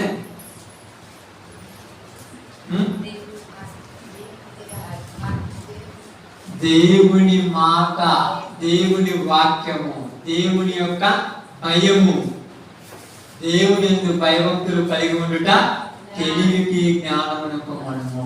ఇప్పుడు ఏమి చెరపట్టబడి ఉన్నారంటే జ్ఞానము లేదంటే వాళ్ళ హృదయాలలో ఏమి లేదు, వాక్యం లేకపోయాక అన్ని నమ్ముతున్నారు. వాక్యం అంటే నమ్మరుగా. జ్ఞానము లేకయే చెరపట్టబడిపోతున్నారు. వారిలో గనులైన వారు నిరహారులుగా ఉన్నారు. గనులైన వారు గొప్ప గొప్పలు అనుకున్న వాళ్ళే మళ్ళా మామూలులో పడిపోయారు. మోసే కూడా పడిపోయాడు. మోసగా పొందులు వచ్చినాయా? ఎందుకు పడిపోయాడు? వాళ్ళ మధ్యలో తిరిగాడు. ఒక పాపం అనేటువంటి ద్వేషం వచ్చింది. ఎన్ని రోజులు భరించాలంట, వచ్చేసింది పాపం. ఎందుకు వచ్చింది? వాళ్ళ మధ్యలో ఉండటం వల్ల. అదే వాళ్ళ అట్లాంటి జరుగుతున్న సందర్భంలో అనుకోవచ్చు రాదుగా. గనులైన వాడే పడిపోయారు. ఇస్కరియోతు ఏదో ఎందుకు వచ్చింది ఆ స్వభావం? వాడు దొంగల మధ్యలో తిరుగుతున్నాడు. పొద్దుగూపులు ఎందుకు రాదు? మీరు ఎవరితో తిరిగితే ఆ స్వభావం. అందుకని అన్నాడు దుష్ట సాంగత్యం మంచి నడవడికను. ఒలిగారు బాగా చెప్పాడు కదా, మీరు ఎవరితో తిరిగితే వాళ్ళ లక్షణాలు కొన్ని వచ్చేస్తాయి అంతే. మీరు అనుకుంటున్నారు మా మాటలు మా దగ్గర పోతాను, అంత సీనియర్ మిమ్మల్ని పాడు చేయడానికి మనతో కోరుకుంటారు అంటే. వాక్యం చెప్పి రావడం నీ పని పొద్దుగూపులు అది చెప్పిన ప్రతి పనికి మారి నిలబడి కాదు, మంచితో కలిపి ఏం చెప్తాంట ఆ మంచి మనిషి వల్ల చెడు మాత్రం గుర్తుపెట్టుకుంటాం. అంత మంచివాళ్ళం మనం. మంచి మనిషిపై చెడు గుర్తుపెట్టుకుంటాం. ఆ చెడుతో సాధిస్తాం కుటుంబాలు. ఏం సాధిస్తాం? ఏంటి? దేవుడు ఉన్నాడు కదా, నేను నమ్మిన దేవుడు ఉన్నాడు, నా దేవుడు చూసుకుంటానని విశ్వాసంతో ఏం పరుచుకుంటామా? ఇశ్రాయేలుని పట్టించుకోలేదు కాబట్టి స్వేచ్ఛను కోరుకున్నాను. ఆ స్వేచ్ఛ కూడా ఎలాంటి స్వేచ్ఛ అంట? తప్పు చేయాల్సిన స్వేచ్ఛ. అందుకని గనులైన వారు నిరహారులుగా ఉన్నారు. సామాన్యులు దప్పి చేత జ్వర పీడితులగుదురు. ఎందువలన నేను తెచ్చి నాటిన మంచి చెట్టు ఇప్పుడు ఏమైపోయింది? చెట్టకాయలు కాస్తుంది. చెట్టకాయలు కాసే చెట్టుని నేనేం చేయాలంటున్నాడు ఆయన? శపించాలి. అంతేనమ్మా? ముండ్ల తుప్పలను గచ్చ తీగలు పెరిగినటువంటి ప్రదేశాన్ని ఏం చేసిందంట? శాపనాంశముగా శపించాను. ఇప్పుడు శపించబడిన వాడు ఏమైపోయారంట? భ్రష్టుడు. భ్రష్టుడు అంటే తెలుసా? అంజూరపు చెట్టుని దేవుడు ఏం చేశాడు? శపించను. శపించబడింది కాబట్టి అదేమైంది? ఇక ఎన్నటికీ కాయలు శపిస్తే అలా అయిపోతా, భ్రష్టత్వం అయిపోతా. కాబట్టి ఇక్కడ అదే చెప్తున్నాడు, శపించబడ్డారు. అందుచేత ఈ భ్రష్టత్వంలో పోయినారు. కాబట్టి ఎందుకు వీళ్ళందరి కోసం ఎవరు ఆశ పెట్టుకున్నారంట? నిన్నటి దాకా బైబిల్ ప్రార్థన చేశావు, వాక్యం చదివావు, బైబిల్ వాక్యం మామూలు చెప్పావు, ప్రార్థన చేశావు. నువ్వు కూడా నీ కోసం కూడా ఆశ పెట్టుకుందంటే చెడ్డగాడు పిలుచుకొని చేరిపోయినట్టు. చెడ్డగాడు పిలుచుకున్నాడు నువ్వే చెప్పావు. కరోనా గాలి పిలుచుకున్నాడికి ఏమవుతుందమ్మా? అవును మరి. అందుకని ఏం చేశారు? అందరం ముందు చిక్కాలు పెట్టుకున్నాం, అంటే మాస్క్. ఇప్పుడు మనం కూడా దావీదు మహారాజు మొదటి అధ్యాయములో మొదటి వచనాన్ని నీ మైండ్లో గుర్తుంటే ఎప్పుడు కూడా క్రైస్తవుడు పాడైపోతావు. అది ఇప్పుడు గుర్తులేదు. అది గుర్తులేదు, ఊరి హృదయంలో వరకు లేదు. ఎందుకంటే వాళ్ళలో జ్ఞానము లేదు అని రాయబడింది బైబిల్ ప్రకారం. జ్ఞానము లేకయే చెడిపోయారు. వచ్చారు చాలా మంది. ఏమంటారు తెలుసా? దిగో తెలుసా వాళ్ళు చెడ్డోడు అంటారు. అవును, నా భార్య చెడ్డదైతే నీకెందుకు అంత బాధ, నాకు లేని బాధ అని ఎప్పుడైనా ఆలోచించాము? ఎందుకు అవునా? ఎవరేసిన క్వశ్చన్ అవునా అని? అమ్మే నిజమా? ఏంటి నిజమా? ఏంటి తలకనిపి నీలో ఉన్న విశ్వాస జీవితాన్ని పాడు చేసి నిన్ను కూడా ఏ సంతానంగా మార్చింది? భ్రష్ట సంతానంగా మార్చింది. ఇప్పుడు నీ కోసం కూడా ఏం ఆశ పెట్టుకుంది? పాతాళము ఆశ పెట్టుకొని ఏం చేస్తుందంటే సుధర్మ చాలా బాగా రాయబడినాడు. ఏం చేస్తుందంట? అపరిమితముగా నోరు తెరుచుకున్నాడు. పరిమితి కదా దానికి. మనకు ఒక పరిమితి ఉంటది. నువ్వేమనుకుంటావు? నాకు 50 మంది అయితే కూలీలు సరిపోతాయి, దానికి అంత కాదంట. అపరిమితంగా తెరుచుకుంటూ పోయినాడు. ఏదైతే ఎక్కువ నువ్వు తెచ్చుకున్నావంటే ఇదిగో మీరు అనుకుంటున్నారు చూడు, వీళ్ళందరూ కూడా 4-5 సంవత్సరాలు నా కాడికి వచ్చోళ్ళే అంటున్నారు. అంత నమ్మకమైంది నీకు? అంతే అంతే. నిజమా? అవును. మరి కావాలంటే వాళ్ళలో ఒకరిని కాపాడుకుని వాళ్ళైతే ఎవరితో సాయం చేస్తుంది? అమ్మే దేవుడితో సాయం. ఇప్పుడు ఏడ్చేది ఎవరు ఇక్కడ? నేను మంచి కాయలు కాస్త ఎదురు చూస్తే ఏ కాయలు కాస్తుంది? బాగా ప్రార్థనలో ఉంటుంది, బాగా పాటలు పాడుతున్నారు, బాగా దేవుళ్ళు ఉంటున్నాడు, మంచిగా బైబిల్ చదువుతున్నాడు, దేవుడు పనింటే ముందుంటున్నాడు. ఈరోజు ఏంటి? ఆదివారం శనివారం అయితే ప్రార్థనలు కూర్చోలేదంటే ఏంటి అర్థం? అర్థం మీకేం అర్థమైంది చెప్పండి? చడగాలి వచ్చేసింది, ఫస్ట్ సంతానం మారిపోయింది. ఇప్పుడు ఏమన్నా అప్పుడే 4 సంవత్సరాల మంది అసలు రాడు, ఏడబడుడో కూడా తెలియదు. ఇప్పుడు అంటాడు చెప్పాను కానీ అప్పుడే వాడు నా వాడు నువ్వేది ఎక్కేసుకున్నావు అంటే నమ్మానమ్మా. మరి నమ్మినా కూడా మరి ఎందుకన్నా? దేవుడికి తెలియదు వీళ్ళందరూ పాడైపోతారు. మరి ఎందుకు దేవుడు తెలిసి కూడా ఎందుకన్నాడంటే మన మీద దానికి ఏం పెట్టుకున్నాడమ్మా? నమ్మకం పెట్టుకొని మనల్ని స్వతంత్రులుగా వదిలేశారు. మనకు దేవుడు ఇచ్చిన స్వతంత్రాన్ని పోగొట్టుకొని ఏ స్వతంత్రం కోరుకుంటున్నారంట? ఇశ్రాయేలీలాగా ఆ స్వతంత్రం పక్కన పాటలు పాడతారు, డాన్సులు, సినిమాలు, శిఖాలు చదువుతుంటే ప్రార్థన భక్త కూడా ఆ పనులు చేయటానికి తెలియనలేదు. మన ఆన్లైన్ ప్రేయర్ అంటే అందరూ నైట్ అంత ప్రార్థన బాగా స్నానం చేసి అందరినీ ఎక్కడంటే మేము దూరం ఆన్లైన్ ప్రేయర్ పోతాం, మీరు రాదా? ఏదో చేంజ్ చేయాలి ఆ దరిద్రమైన పనులు చేయడానికి సిగ్గులేదు. పెళ్లి పేరెంట్ల దగ్గర పోయి ఎగరటానికి సిగ్గులేదు. మళ్ళీ బైబిల్ పెట్టుకుని ఆన్లైన్ ప్రేయర్ పోతావా? తెలియనలేదు. ఇప్పుడు ఏళ్ళని బట్టి ఎవరికి అవమానం అవుతుంది? ఎవరు రమ్మన్నారో వాళ్ళ ప్రార్థన నాకు అర్థం కాదా? నేను క్రిస్టియన్ పాలన ఎట్టునే చెప్తాను. అందుకే అంటారు పాస్టర్ అవుతున్నాడు జాగ్రత్త. ఏం మరి అవసరమా? ఉంటే కరెక్ట్గా ఉండి లేకపోతే వెళ్ళిపో. తవ్వుబోతులోలే, తిరుగుబోతులోలే, ప్రికమాలే, మళ్ళీ ఆదివారం వచ్చాక చర్చిలు నిండిపోతాయి. ఏం చేయండి? తగడకట్టనా? అదే అంటున్నాడు. వీళ్ళందరూ ఎవరు అంటున్నారు? అపవాదిగాడు నీ వాళ్ళు అనుకుని విడిపోతా. అందరూ మొత్తం నా వాళ్ళే, చివరికి వచ్చిన నా కాడికి. ఎందుకంటే ఇప్పుడు నీ వాళ్ళే. ఈ 2 నిమిషాలు వదిలేసా. తర్వాత రేపు అక్కడ ఫంక్షన్ జరుగుతుంది, అక్కడ వాళ్ళు అకౌంట్స్ వస్తాను. అది కొత్తగా దేవుడు ఆయనకి వచ్చి సిగ్గుపడుతున్నాడు. వాళ్ళు చి తిట్టాడు వల్ల నా కాడికి వచ్చి అసహ్యం అవుతుందంట. చి ఉమ్మి వేసేయాలంట. వాళ్ళకి స్వేచ్ఛ దేవుడు అవసరం లేదు.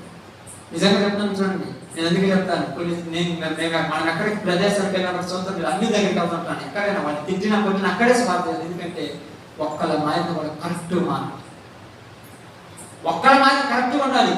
ఒక్క చెట్టు అయినా మంచి చెట్టు ఉంటే ఆ చెట్లని వాడిని కాడిపోయి కాయలు కోసుకుంటాం. మంచి చెట్టు మంచి కాయలు కాస్తుంది. ఈరోజు మీకు అందరూ చెప్తున్నాను ప్రియ సహోదరి సహోదరులారా, కారు ద్రాక్షలు కాసే దానికోసం ఏమి ఎదురు చూస్తుంది? పాతాళము. నోరు ఎలా తెలుసుకుందంట? అపరిమితముగా ఎక్కువగా నోరు తెలుసుకుంది. ఈ పనికి మాలిన దరిద్రులందరూ దానిలో పోయారు. ఇప్పుడు నువ్వు కొడక నేను కొడక ఆ ఇశ్రాయేలీలాగా అలా వాళ్ళ ఇష్టాలకు పోదామా? వద్దు. దేవుడు నన్ను మంచి ఫలాలు ఫలించమంటాని ఆయన పనిలో ముందుకు కొనసాగుతావా? అది నీ చాయిస్. అంటే అయ్యా నేను మాట్లాడద్దు, ఎవడైనా పునాది నేను చేయాల్సింది మళ్ళా నీకు ఇష్టం లేకపోతే పరగొట్టుకుని మళ్ళా కట్టుకుంటున్నాను. ఏందమ్మా నిన్న దాకా ఇలా ఉన్నాయి, ఇప్పుడు ఏంటంటే ప్రార్థన ఏం ప్రార్థన కొద్దిగొప్పులు నీకు పని పడుతుంది నాకు లేదా? ఏం చేద్దాం? నువ్వు మార్చలేదు మారవాళ్ళు. ఎందుకంటే ఒకసారి వెలిగింపబడిన తర్వాత పరలోక సంబంధమైన మర్మం రుచి చూసిన తర్వాత తప్పిపోయిన వారిని మరలా నూతన పరచుట అసాధ్యం అని చెప్పాడు బైబిల్. అందుకని ముండ్ల తుప్పలను గచ్చ తీగలను మలిచిన ఆ యొక్క కుటుంబం ఆ యొక్క భూమి మీదకి ఏమవుతుందంట? శాపాలే. ఇప్పుడు అంట ఏంటి పిల్లలు రావున్నారంటే ఎంత బిలో చర్చ చేస్తున్నారు. వాళ్ళ తండ్రి వస్తాడు, తల్లి వస్తుంది, ఇంటి మొత్తం ప్రార్థన వస్తారు. మీరు ఒక్కొక్కరు వస్తున్నా వీళ్ళు వస్తే బాగుంది, నేను ఎంత ఆశపడతారు. ఇంత పిల్లలు చిన్న పిల్లలు ఉన్న వాళ్ళకి ప్రార్థన చేస్తారు. ఏం ప్రార్థన చేసుకోవాలి? వాడు ఏమంతాడే, ఎందుకంటే వాడు నా ఇష్టాలు నెరవేర్చావు. నేను వచ్చి వాళ్ళ కూర్చున్నాను, 12:30 దాటింది, నేను ఇష్టం మీరు రేపు నుంచి ప్రార్థన ఇప్పుడు టైం నేను ఊరి మీద వెళ్తారు ఊరికే. ఇప్పుడు దేవుడు ఏడుస్తున్నాడు. ఆయన మనస్సులోని మాట ఈరోజు నా ద్వారా అందరికీ, నాకు నీకు అందరికీ తెలియజేస్తాడు. కాబట్టి నీలో ఈ స్వభావం అంటే ఈరోజు నుంచి మానుకోవాలి. వద్దంటే మన కోసం రెడీ చేయగలరు, వద్దన్న కోసం రెడీ చేయగలరు. దేవుడిలో ఉంటావా, పరలోకం పోతావా? ఇశ్రాయేలీలాగా అరణ్యానికి అలవాటు పడిపోయి వ్యర్థమైన వాటి చదివిపోతావా, పాతాళానికి చేరువవుతావా? చాయిస్ మీదే. ఓకే, అందరు తల వంచితే ప్రార్థన చేస్తాను. అందరూ ప్రార్థన